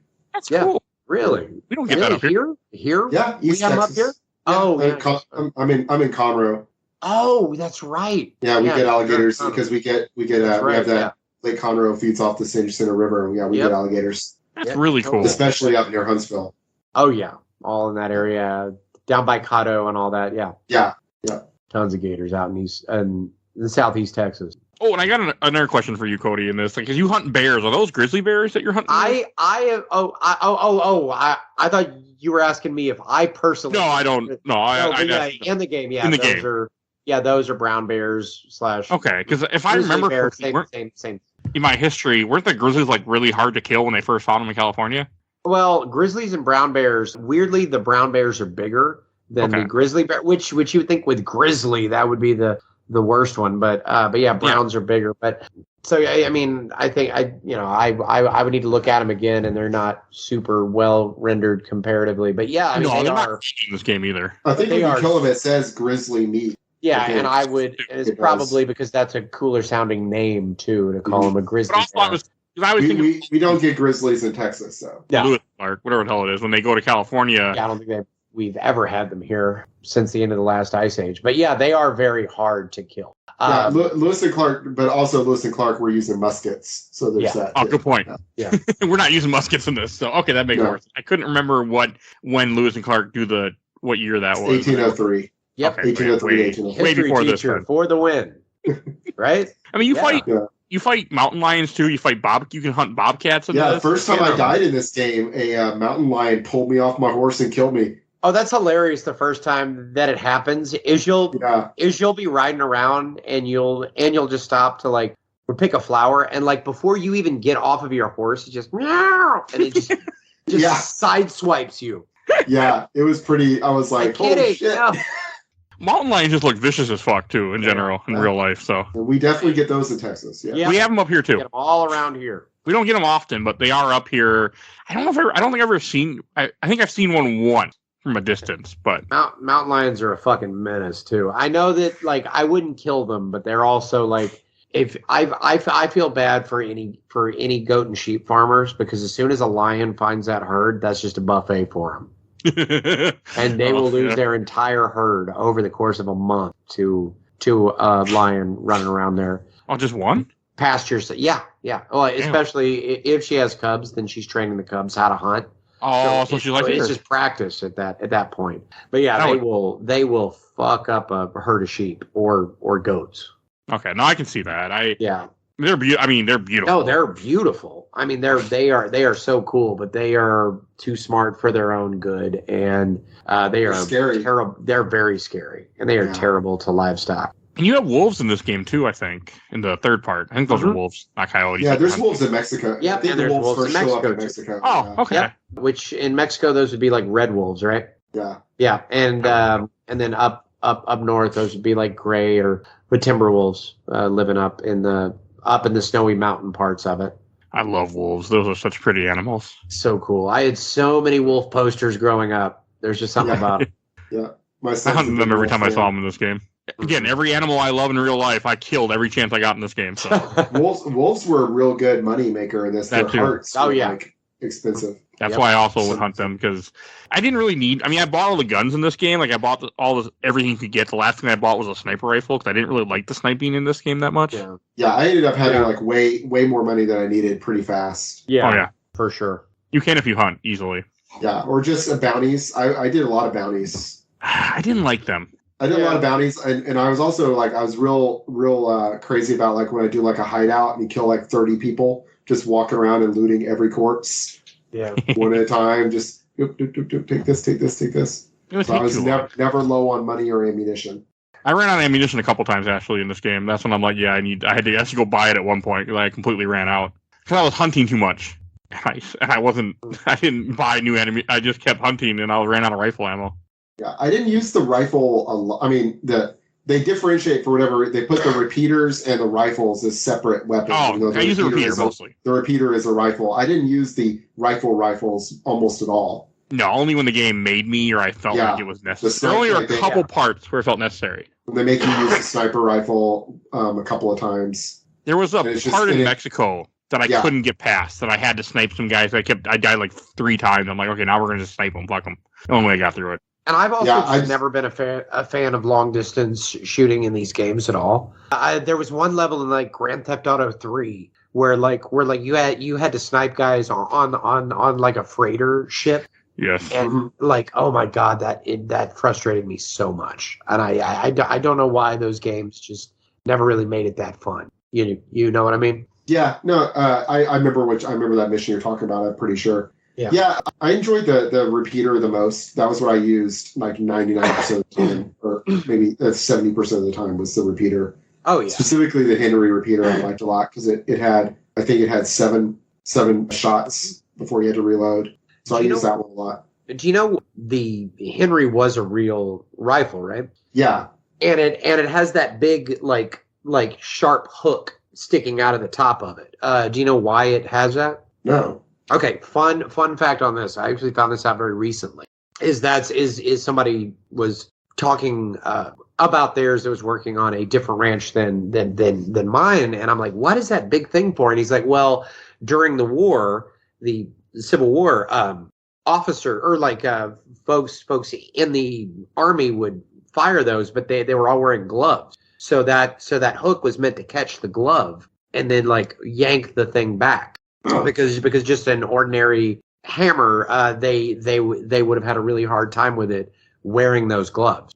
Okay. So it's meant specifically for that hook to catch that glove, and it's just never been changed. Yeah, I mean you can still buy them now, and they still have. Saw that. Like big hook. Huh. Yeah. And that and the 30-30 lever action are kind of the two rifles that won the West. Like, they're both so, like, such iconic rifles.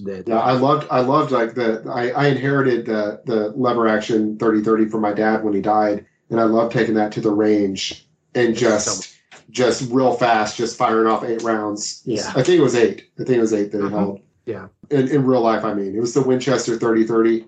Yep. Yeah. Which is the one that I currently have. Yeah. Yeah. I just feel like a cowboy from the movies. Just just slinging that lever out, letting the bullets. It makes you think of straight out. I was thinking of in True Grit when he's got the pistol in one hand and the lever action 30-30 in the other hand, and he puts the rings in his teeth and says, "Fill your hands, you son of a bitch," and just runs at him across the valley. Love that line. Such a great scene. Such a great scene. That is beautiful. Fill your hands, you son of a bitch. That is such a great line. Such a great line. Him versus Robert Duvall as the bad guy, the rare Robert Duvall bad guy. I know, very, very rare role. Because I grew up watching Lonesome Dove, and Gus McCrae is I looked up in my childhood as movie father figures. It's like I want Gus McCrae and Captain Call to both be my dad. Captain Call will keep you on the straight and narrow, and Gus will let you have fun. And see Robert Duvall's the bad guy, Ned Pepper. And Glenn Campbell, right? As the pretty boy. As Texan. The Texan. Yeah. Which he's the Texan, and yes. Yeah. The role that Matt Damon did later. Yeah. Yes. It's like they talk about in Texas they all have spurs and brutalize their horses. Yep. Beautiful. Yeah. Talk about the thoroughbreds being us just talking about movies that he's it's fine. Oh, you gotta watch. Hey, it fits what we're talking about, so it's fine. Really exactly. Plus, I'm drinking Modelo, and I don't normally drink, so now I'm on my third beer, and it's hitting me. Mike broke the seal. He's peeing in that first bottle that he started in. I know this is an audio medium, but I mean, you can believe me, I can see it, and it's not a pretty sight. Yeah, I thought about going and grabbing another beer after I finished my first one a while back, and I was like, well, I don't want to interrupt the podcast. I should have gotten a third beer. I should have brought more beer in here. When I started, we should say what we're all drinking, because I've been mostly trying not to drink, but because of this episode, I went out and bought a case of Modelos, because I was like, I wanted to find a Texas beer, but I couldn't around here. I didn't look that hard. I went to Total Wine. They had Modelo. I'm like, fuck it, I'll buy Modelo, because it's a Mexican beer. Close enough. Yeah. And it's a good-ass beer, so. And Cody, what you got there? This is a Montucky cold snack, which, as you can see, has the mountains on one side, the horse on the other. The official, unofficial beer of Montana, which felt very apropos to talking about the cowboy shit. Yeah, definitely. Montana's where the Cowboys wound up. Yeah. And I'm drinking a Ziegenbach Amber. This is a Texan beer. Ziegenbach is a Texas brand. Brewed and bottled in Ziegenbach. Houston, Texas. Houston. You're no, I know Shinerbach is made in Shiner's made in Shiner, Texas. Ziegenbach is in Houston. So okay. I thought about grabbing something from a local. I've got what I have in my fridge right now is I just finished. This is my last Ziegenbach, and then I've got some Southern Star. Oh, Southern Star is great. Yeah, Southern Star is a brewery here in my hometown, and you can go there. They've got up on their second floor. They've got a bar. And it's a all ages kid friendly. It got board games and lots of karaoke. And my wife and son and I won the Star Wars Halloween contest. We won a Halloween contest dressed as Star Wars characters a few years back. It's a fun place. And I've got some of their Bombshell Blonde right now in my fridge. I'm a fan of their Bombshell Blonde and their Strawberry Bomb. But yeah, my favorite Texas beer is probably the Ziegenbach Amber though. Yeah. Very, very solid. Ziegenbach Texas Amber, got that Texas on the... Yeah, it literally has the state of Texas printed on the label of the Ziegenbach itself. Yeah, it's art. I used to know a guy that was like a big beer guy, and he was the one that got me to try... He gave me a Lone Star beer once, and I had it, and I was like, this is pretty damn good, because he would just have random... as just cheap American beer goes, Lone Star is my favorite, for sure. Yeah. If you're wanting like the thing that's on tap or in a bottle that is the same price but better than Bud, Miller, Coors, any of that, order a Lone Star. Lone Star is so much better than Lone Star is in that category, and it's at the very tip top. And truth be told, Montucky is the exact same way. It's just like $1 more for a case than the Lone Star. Where do you find a Montucky? At HEB. Oh, funny enough, yeah. I haven't seen it at HEB. I'll have to check it out. That's That's definitely where I go. If you can find it, try it. It is a very, very solid, very drinkable beer. It's an excellent camping beer or river beer. If that. Did you used to go to the Showdown? Oh yeah, and they had is it Tuesdays? They have is it quarter pints? Yep. I still have a mug no. I used to have a mug at Showdown hanging up from the very top of it. This is for nobody, Mike. Sorry. No, it's for me. It's for me. I know this exactly is for Kerry specifically. I had one of the mugs because I pulled a snake out of their toilet, and they gave me one of the mugs there, which is a very high honor at Showdown. And it was the mug number had my name on it and all that, and I used to go in, and every single day they would draw bingo of like 10 numbers, and if your number got called up, then you got a free pint of beer. And Tuesdays, it was like a quarter for your first beer of the day. It was when I went there, it was a certain time. It was on like a certain night, certain time, where for a certain amount of time, it was just every beer is a quarter. Yep. And we would, and it was do Lone Star. Just drill them one right after the other. Drilling the Lone Stars. I got very drunk and picked up a very disreputable girl at the Showdown one time.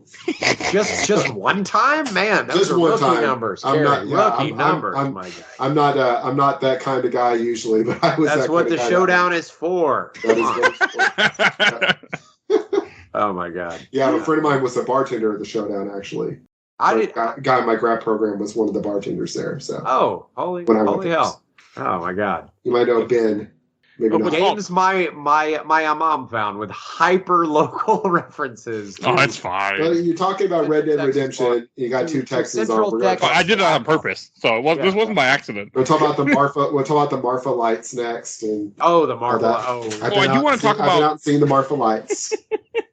All right, what's up? What do you want to talk about? The stuff with Dutch. Yeah, I kind of want to touch on that. Yeah. I really like the stuff with Dutch. Yep. Great character, sort of Robin Hood that gets sort of. He goes nuts, and then he sort of devolves into this, I don't know, very Heart of Darkness. I felt at the very end where all of the natives are around him. Yeah. I didn't think about that. It definitely felt like they were going for a Heart of Darkness apocalypse now. Yeah. So he's like one of the main characters in the second game, right? Yes. Yeah. It's like, and you're not playing John Marston in that though, right? No, you're playing Arthur Morgan. Arthur Morgan, right? Mm-hmm. Yeah, Marston's in it, but you don't play it. Yeah. Okay. And I'm assuming, based on the fact that there is, that Arthur Morgan is not in this game, that things don't end well for him. So I'm assuming. Yeah, no, I like Dutch. I like Dutch's thing. I felt like him having the Native Americans on his side just gave the game an excuse to just throw hordes of Native Americans at you. Yeah, maybe. Felt unnecessary. Yeah. But I like that. I like that stuff. I liked the guide that you have that's helping you. Yeah, I did too. I do feel like it does make sense for Dutch to team up with the natives. I think so too. Yeah, it does. Yes, because that is the other disenfranchised group of people who would also want to live free. So yeah, I mean, they did throw hordes of natives at you, but I didn't feel it as being an overly gratuitous kind of, like, it made sense for the story itself. It made sense for them to be on Dutch's side. It did to be just like hordes. This part of the game, hordes. You're just getting hordes of people thrown at you in a way you haven't for the rest of the game.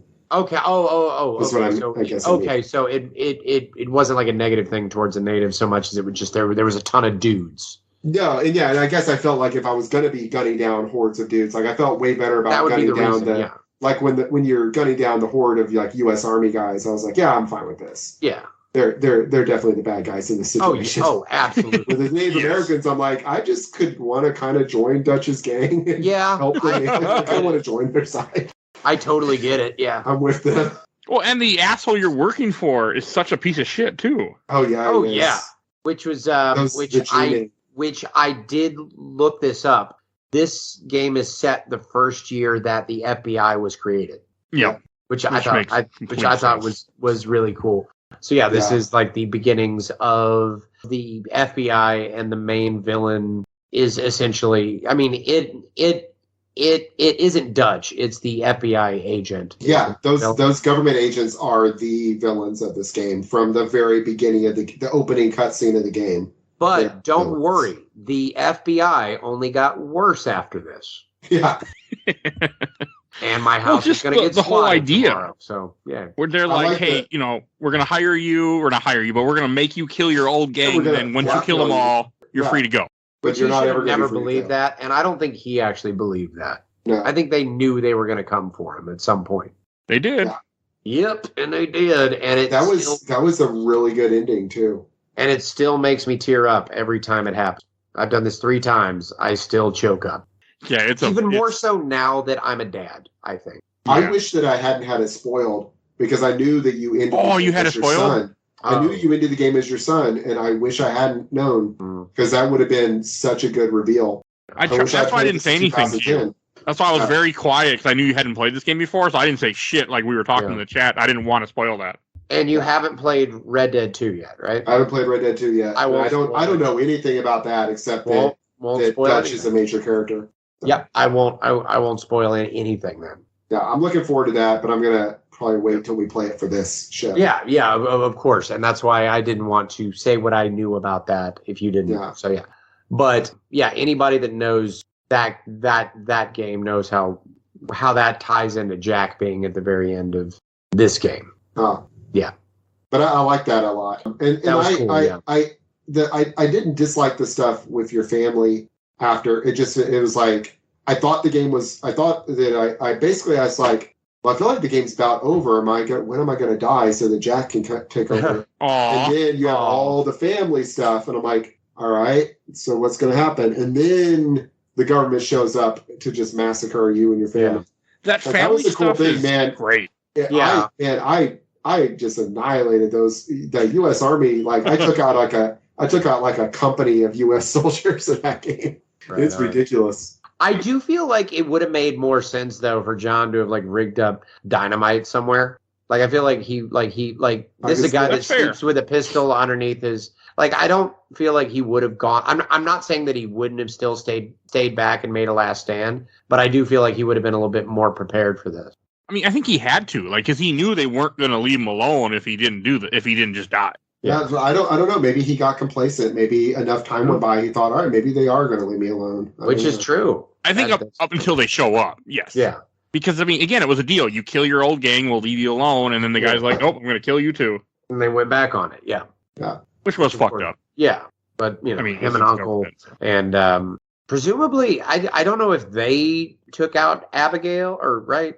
No, it shows that Abigail died in 1914. Right, but I don't know. She died 3 years later. I figured she just got... But she was part of the gang. Like, she's part of the gang in Red Dead 2. Yeah. Yeah. So I don't know if they mentioned this game, too, that she ran with it. Yeah, maybe they did. I just figured she just, with John dead, she just kind of, she's like Padme.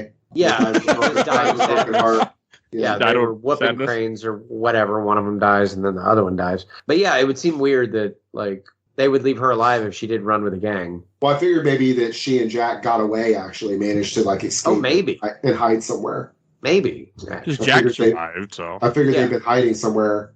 And Jack was technically part of the game, but he was, like, or gang, but he was, like, 6, so. Yeah. I mean, that doesn't count, yeah. No, I don't think they would go and hunt down Jack. I mean, maybe they would because they're bastards, but I don't think it's like... I don't think there was ever a wanted poster with Jack's face on it. Well, you figured the guy that's in charge of all that, he's retired by that point, too. True, so he doesn't care anymore. Yeah, I mean, he's just going fishing with his brother now. Relatable. Man, I love that last mission, though, where you play as the son. There's no, like, real mission the way the game normally does it, like the normal Grand Theft Auto style, where you just see, like, a letter, you go there, there's a mission. It's a stranger mission, which before this are all optional, except for this one. Mm-hmm. Yeah. And fuck, like, I rode around for a while, and I was like, where am I supposed to be going? And then I was like, well, let me check out this stranger mission, and that's what it turned out to be. Yep. But because I went to his office, and you couldn't get into his office And they still had some of the like missions available that I was like, well, why would that still be available? Like, why are they still trying to get me to blackmail this politician that I never went and blackmailed? Oh, you didn't? I did that. That was simple. Yeah, I didn't really do any of the side stuff in Act 3 because I was trying to kind of finish the game. But I would like to on a replay.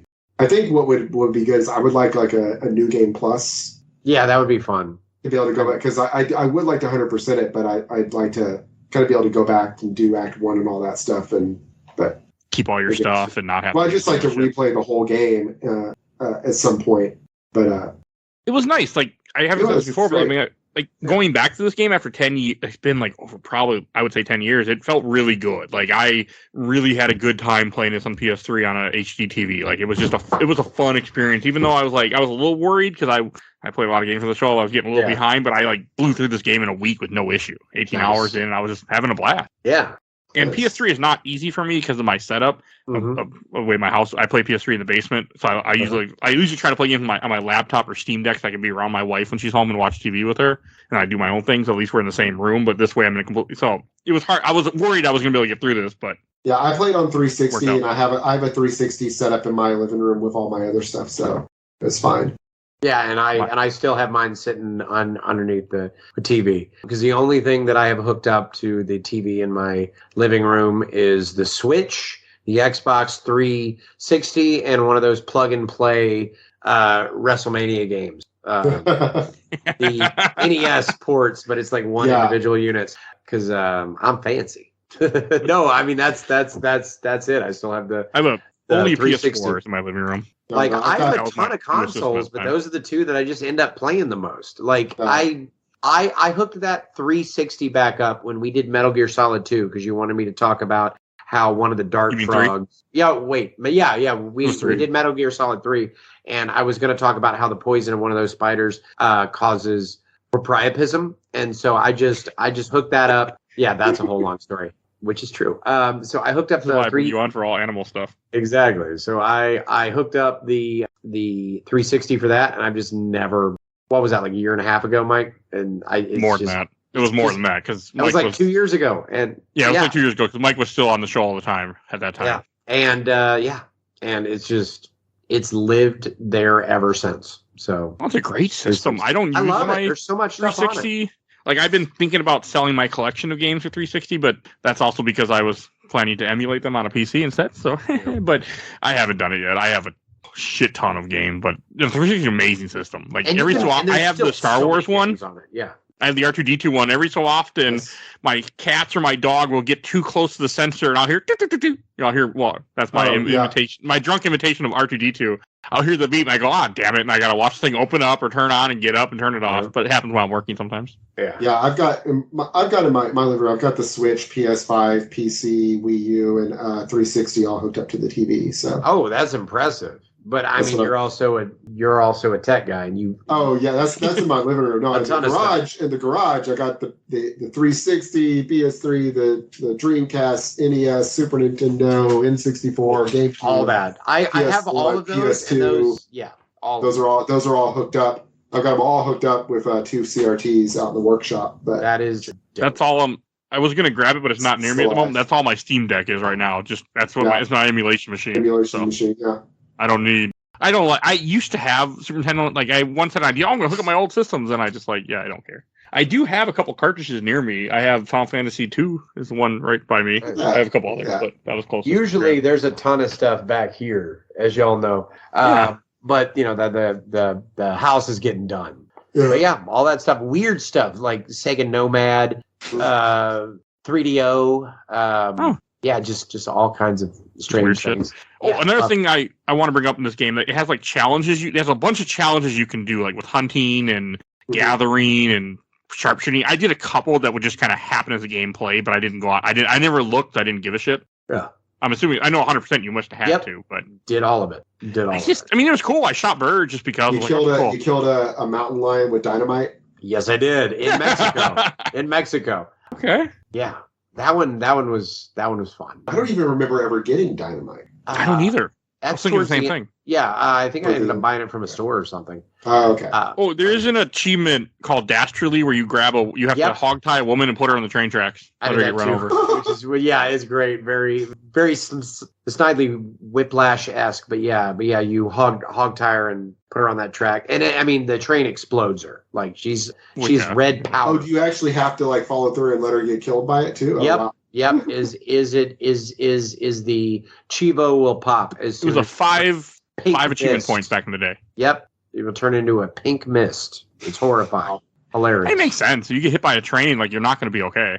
Yeah. No, but like it didn't even throw the body. It just exploded it. It was because they didn't want to do the animation probably either. So yeah, that's probably true. This is a 360 game. It does look fucking beautiful still. Like it does. It's not as ugly as I expected it to be. And the Grand Theft Auto faces. But as far as the character models of those games haven't always been the great. Have never been the top of whatever. It's not why you're playing them. Generation that they're on, even at the time that they come out. But it's not distracting at all. It still holds up very, very well. The scenery, especially, is just really nice. I just got on the roof of the train and just rode it all over the map. I saw that. That was cool. When you gotta do that. That was cool. Gotta do that at least once. Yeah. I didn't mess with the trains other than like the story missions. I never bothered with the trains. Otherwise, I did ride the carriage to a couple places because I was too lazy to.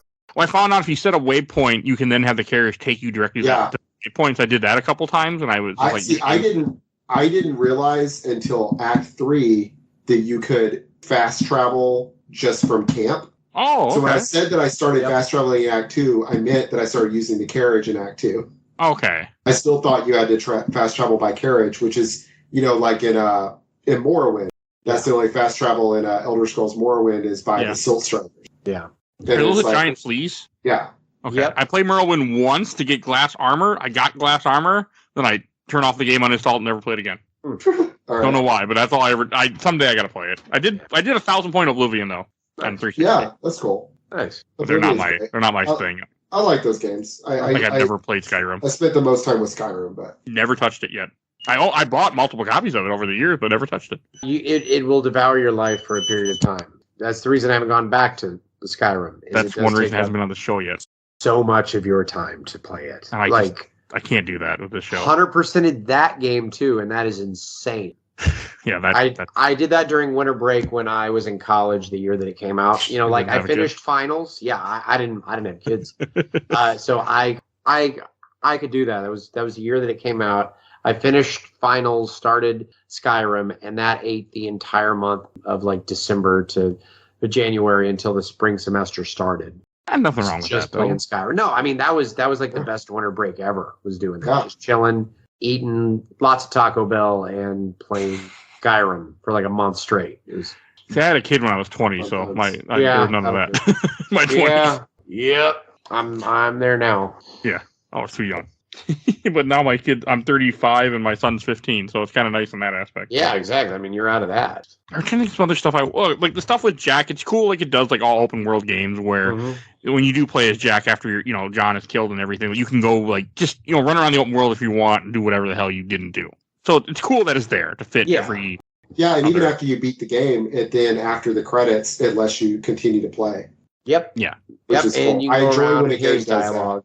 Same. And I don't know how much post game content, like if there's anything else that he can say that, or like anything, if the world will change at all, but I never really found out. I think it changes a little because it is 3 years later, but I've never, both times I played this game, I beat it and I just turned it off. Yeah, which is what I did too. That felt like the right time to end it. So I've just never gone back. I do love that, Jack. You have to go through all that crap to find the guy that killed your father. Like you got to go to his old job, then you go to his old house, and you got to cross the border to the camp, and then you got to find where he's at the river, and then you can finally shoot him. Yep. And he has a pretty great shotgun with him. So that's kind of nice. Oh, really? Once you check that out, it's like a semi-automatic shotgun. So that's kind of cool. Like, but the game's over, so I don't know what I would do with it, but still. Some people probably kept playing. There's people who love it. If you haven't 100%ed it yet, then that's what true. Yeah, that'd actually be really useful for taking out like a lot of the shocking. this game. Like all Yeah, the guns feel yeah. really good in this game. Oh yeah. Oh yeah. I never used the volcanic revolver. I did for a little while. Yeah, it was all right. I didn't like pistols. Which is a real pistol that did exist, but it was more of like a prototype than anything else. But Westerns love to put it in there because it looks really cool. Where there's like a ton of bullets in it. But yeah, It also sounds cool. Volcanic pistol. mm-hmm. True. So there's that.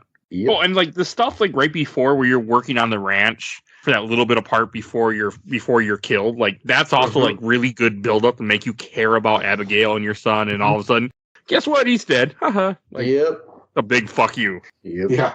I liked the character of Uncle, though I agree Landon Ricketts could have been him instead. Yeah, I could have very easily and I don't know why I just thought of that just now. And that I feel like you could have put some dialogue in Mexico that would have led Landon to also want to be on that ranch with John as sort of this mentor to him while John is being a mentor to his son. So it's like past, present, and future. Yeah. And then have Landon die in that hail of bullets that Uncle died in. Yeah. And then at the very beginning of that mission, and then John come out of the barn. Yeah.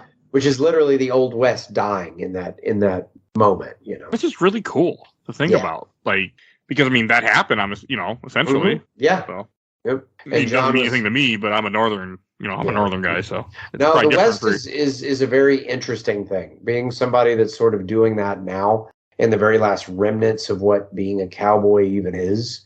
Learning about the way they used to do it is just ridiculous. I loved the cattle ranching missions, like the herding cows. I loved it because I do that, and the cows actually did have balance points and flight zones, and the strays go off, so you have to ride out wide and go and pull them back in. Like, yeah, that's doing drives. I mean, we do I do drives at work. It's insane that they really even wanted to do that. Like that, there's just this whole aspect of why the fuck would you put because it's ranching in your shoot 'em up game, Yeah, it doesn't serve a purpose other than to have you have that experience. Like, make it feel more authentic. Yeah. Yeah, exactly. You have it at the beginning of the game when you're working for Bonnie because you're trying to pay off your debt because she saved your life, and you have it in the end when you're trying to, do your farm. Like, I remember I didn't appreciate it when I played this game 10 years ago, but like this time I really appreciate what they're going for by having you do the ranch stuff, do the stuff with your son where he almost gets killed by a bear. Like, they're trying to make you feel for the characters before they go, haha, and kill them. Like it was paced at exactly what it needed to be paced at. And there's no other medium that could have done this unless it's just a really avant-garde book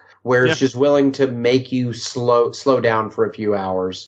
And it's just like, no, you're going to learn to love who people are by understanding them in their mundanity. In the same way that if you lost a coworker, you would be exceptionally sad. And it's not in any one big moment, but it's somebody that you saw in and day out for possibly years of your life. You might not have even known this person's last name.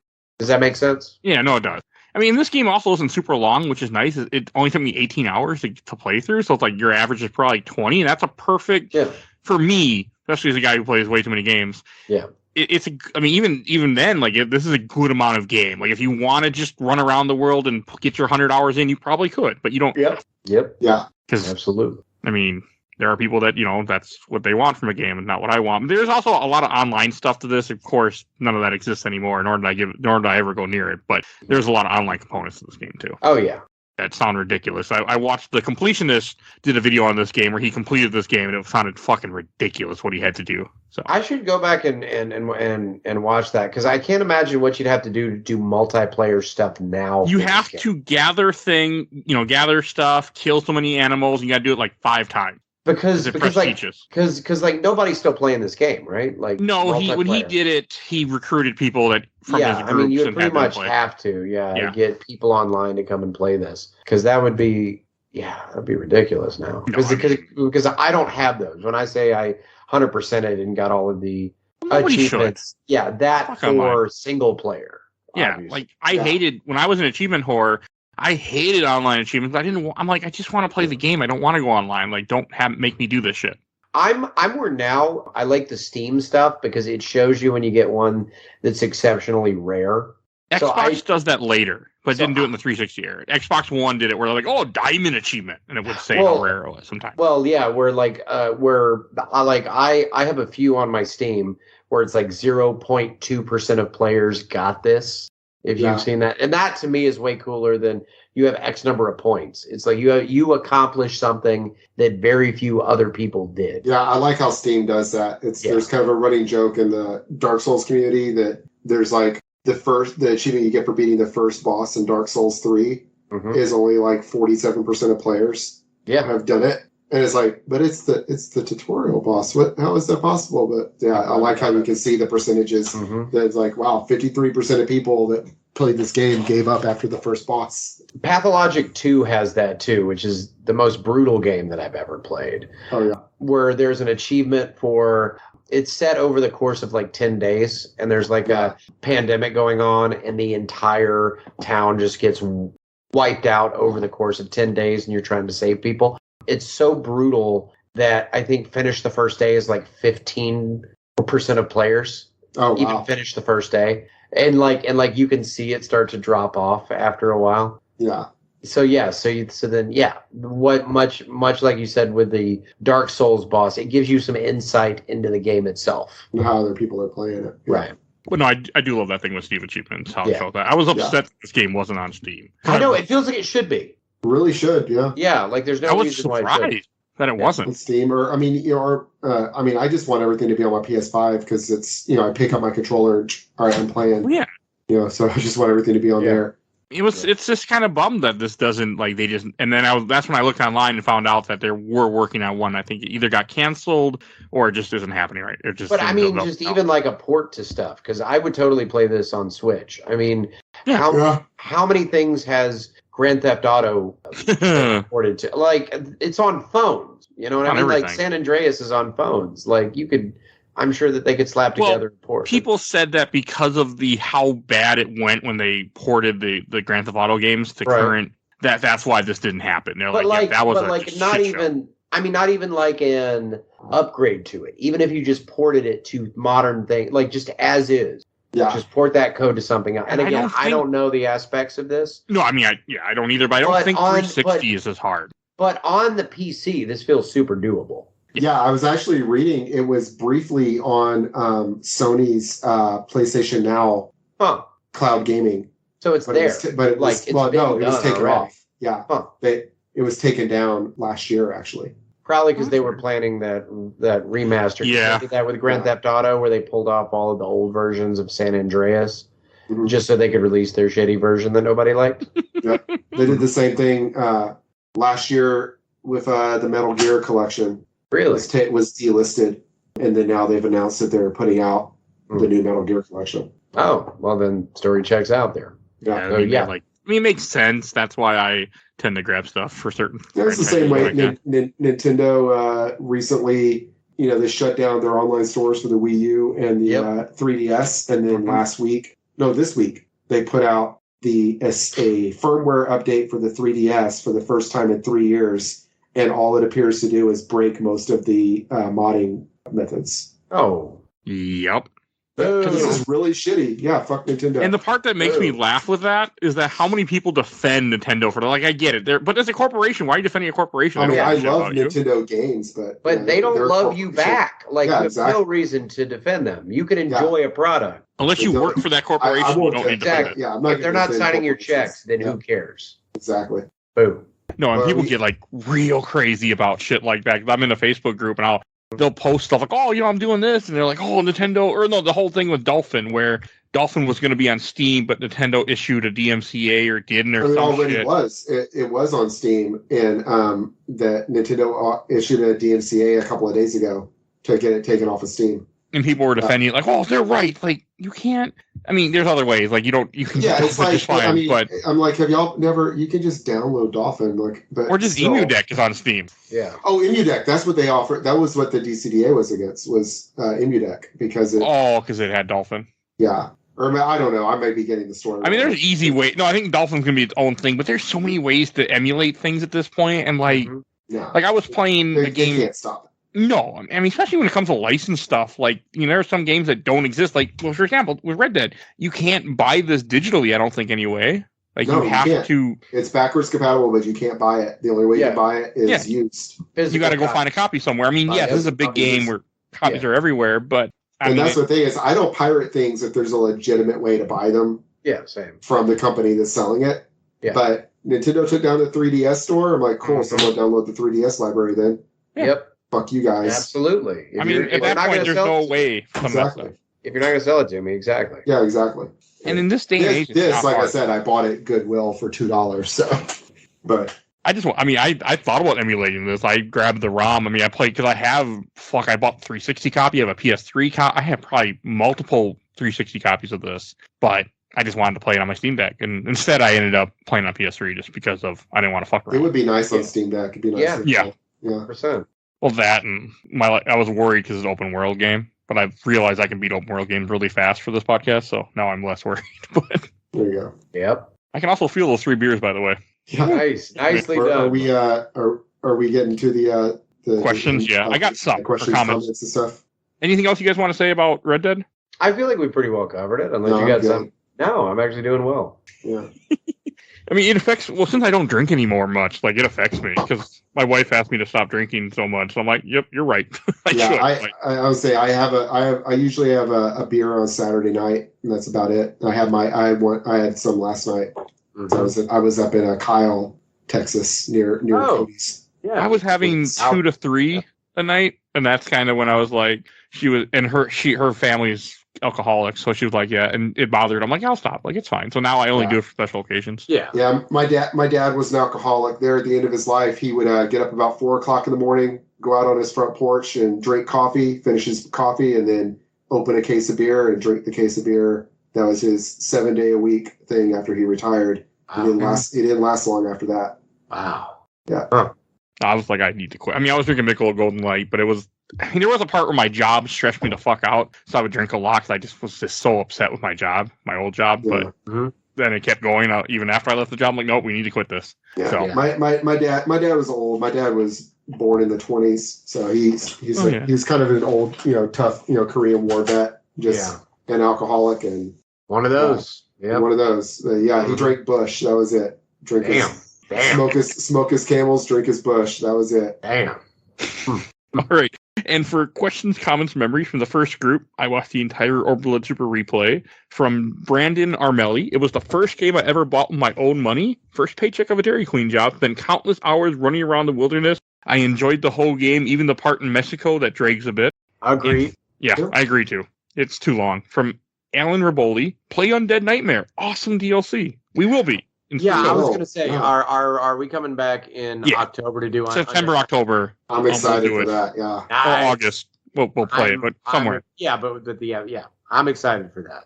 Yeah, same. I've never finished. I started it back in the day, and then I had a glitch where I couldn't access more missions for some reason, and then I just turned it off and never went back. That was the end of that. And is it start a new character when you do that, like a new playthrough? It's a completely different game, essentially. Yeah, so it doesn't keep your save and have like the same. No, it's like all that. It's like type thing. Like you pick up as John Marston, out of order, and you meet the characters out of order and all that. Yeah, John already knows them. I think it's technically set like after. Yeah, but before the feds show up. It's like somewhere in there. I think you killed during those few months when you're living on the farm with your family. Because I don't remember Dutch or the bad guys being in there as humans, and maybe not even. I don't think so. If I remember correctly, you can get like legendary horses too. Yeah, 4 horses. Well, we'll talk about that. We'll get there. Yeah, I'm looking forward to it. Yeah, it is awesome. It is awesome. And from the official Laser Time community, from Tom Pollock, I like doing the Dastardly Trophy achievement. Sometimes grabbing a couple people, going really fast on a horse, then shooting it in the head, sending me flying and hunting Bigfoot in the Undead Nightmare content. Okay. Dope. And from Gibson Rickenbacker. Oh, hey, Gibson. I know you. I know you, Gibson. The best moments I experienced in any game, I was already a Jose Gonzalez fan.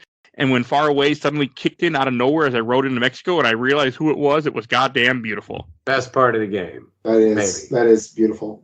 Oh, the only reason I knew that scene ahead of time, because in Game Informer used to have, well, they probably still do, top 10 moments of the year. Yeah. And that their top 10 moments was going into Mexico. Yeah, that's great. I used to love looking at those. From Luke Beatty, it might sound weird now, but I was a massive Red Dead Revolver fan, which made me incredibly hyped for the game before its release. In fact, it was the only time in my life I ever called in sick to play a newly released game.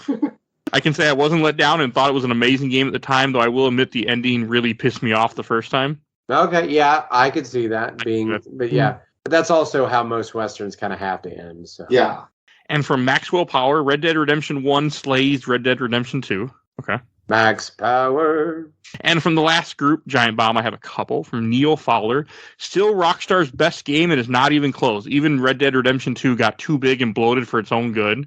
And last one, Andrew Berger, hard to beat this as far as memories and moments, and he put the Red Dead Redemption Far Away music video. Yeah. So Nice. Yeah. Nice. Oh, and before we go on to our last segment, I think I should give away a Steam code because I have too many. Oh, nice. Nice. And you didn't even tell them at the front of the podcast that you were doing it. So this is the real fans who stuck this with is the ones that actually see they weren't stuck with us for 2 hours. They've made it all the way through us talking about Showdown and me talking about nobody cares about these Steam codes. They're just random shit I get that I need to get rid of. In a podcast. Yeah, here we go. Talking about San Marcos bars and the game is called Lust from Beyond M Edition for Steam. The code is OTDDZZF38BFYTW. That is your code for Lust from Beyond, whatever the fuck that is. Ooh, that sounds. Right. Don't play that at work, you horny so and so. There's a lot worse things on Steam. So. Hey, I don't judge. Yeah, no judgments. All of us get lonely. But for the work aspect, there's a lot worse games you probably play on Steam than that. I've probably played them. So I've seen them. I never played them, but I see when are we gonna do one of those games? Never. What? You don't want to do like one on Valentine's Day? Do a super sexy. Oh, Lust from Beyond is a first-person shooter. It looks like. Oh, dope. It says descend into madness in the first-person survival horror inspired by Lovecraft and Geiger. Solve the mystery of estorgelic cults. I've had too much beer. Cross the gates of the blasphemous land of Lustigasa. Okay. And there's probably titties in it, so have fun. One can hope.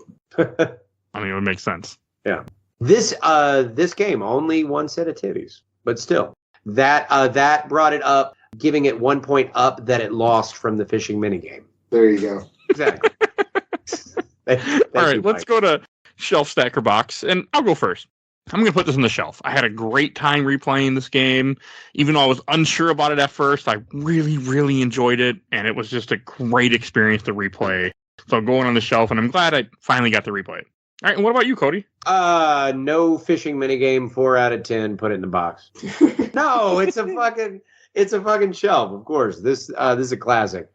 I mean, I already knew this is like one of my, I call a lot of games my top 10, like on this show. I think I've been on this show 12 times and 11 of them have been in my top 10, but this one might probably be in my top 10. I absolutely love it. It's great. The story is fantastic. It's amazingly paced. It takes its time.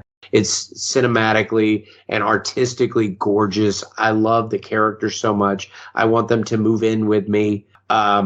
I want to marry Bonnie. She's adorable. Mexico is kind of, but really that doesn't even take it away. This game is goddamn near flawless, and it goes right up on my shelf. All right. And what about you, Kerry? Yeah, shelf for sure. I love this game. This was amazing. This is such a good game.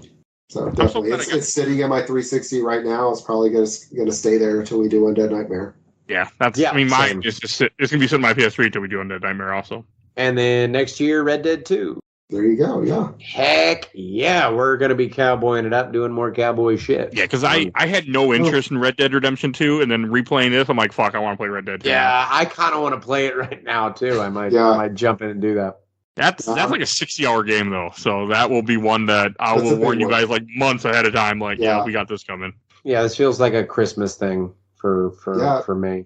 But yeah, it got me in the mood. I'm going riding in a few weeks. in Paladura Canyon, actually. So. Oh, that'll be beautiful. I grew up riding horses, and then I sold my last horse when I was 16. Mm-hmm. So now it's a real treat when I get the opportunity to go ride. So awesome. It terrifies me to ride horses. It's so much fun. I've done it once. Love it. But I don't like having something underneath me as a brain like that. I'm not interested. Like, I like the car. Got no brain. That has a brain. I'll admit, even though I grew up riding almost every day, especially for a period of my life, I rode every day when I was like junior high school. I still I definitely have a little bit of fear getting on a horse, even now, a little bit. Because they're a very beautiful animal and majestic, but they're dangerous. Oh, yeah, definitely. Definitely. Not as dangerous as some of the other things that Cody rides, but well, that's a whole. Hey, that's not a very nice thing to say about her. But yeah, no, it's always been a thing. I rode horses once in my life, a couple of times, or okay, not once, but I rode them a few times, and I'm just like, no, I also used to want to ride a motorcycle until my father went flying off a motorcycle. We're good. Never needed to learn. Never want to ride. Yeah, we took my son riding last summer. And it's like the best experience of his life. He didn't grow up riding like me, but he's big time animal lover. He wants to be, like Cody Laveau when he grows up. Oh, wants to work with animals every day. So I love it. Yeah, that is so cool. Yeah, so we took him riding. We went to we rode along the beaches in Padre, actually. Oh, that sounds amazing. It's beautiful, and like the horse, like the seashells crunching underneath their hooves, and the sun. We did it in the morning, so the sun's like up just above the ocean. Is beautiful.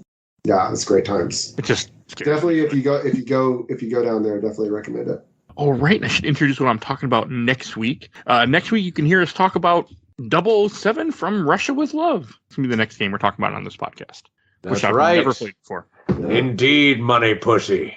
It's interesting because it's Sean Connery doing the voice, but it's young Sean Connery's body on the screen and old-ass Sean Connery's voice in the game, and it doesn't click right because I've watched too much 007. I'm like, that ain't the right voice, guys. Like, you don't sound like that. So this is League of Extraordinary Gentlemen Sean Connery boys. Yes. On Mr. Olympia Sean Connery body. It's the second movie from Russia with Love. And I guess it was after. And they adapted it. Oh, yeah.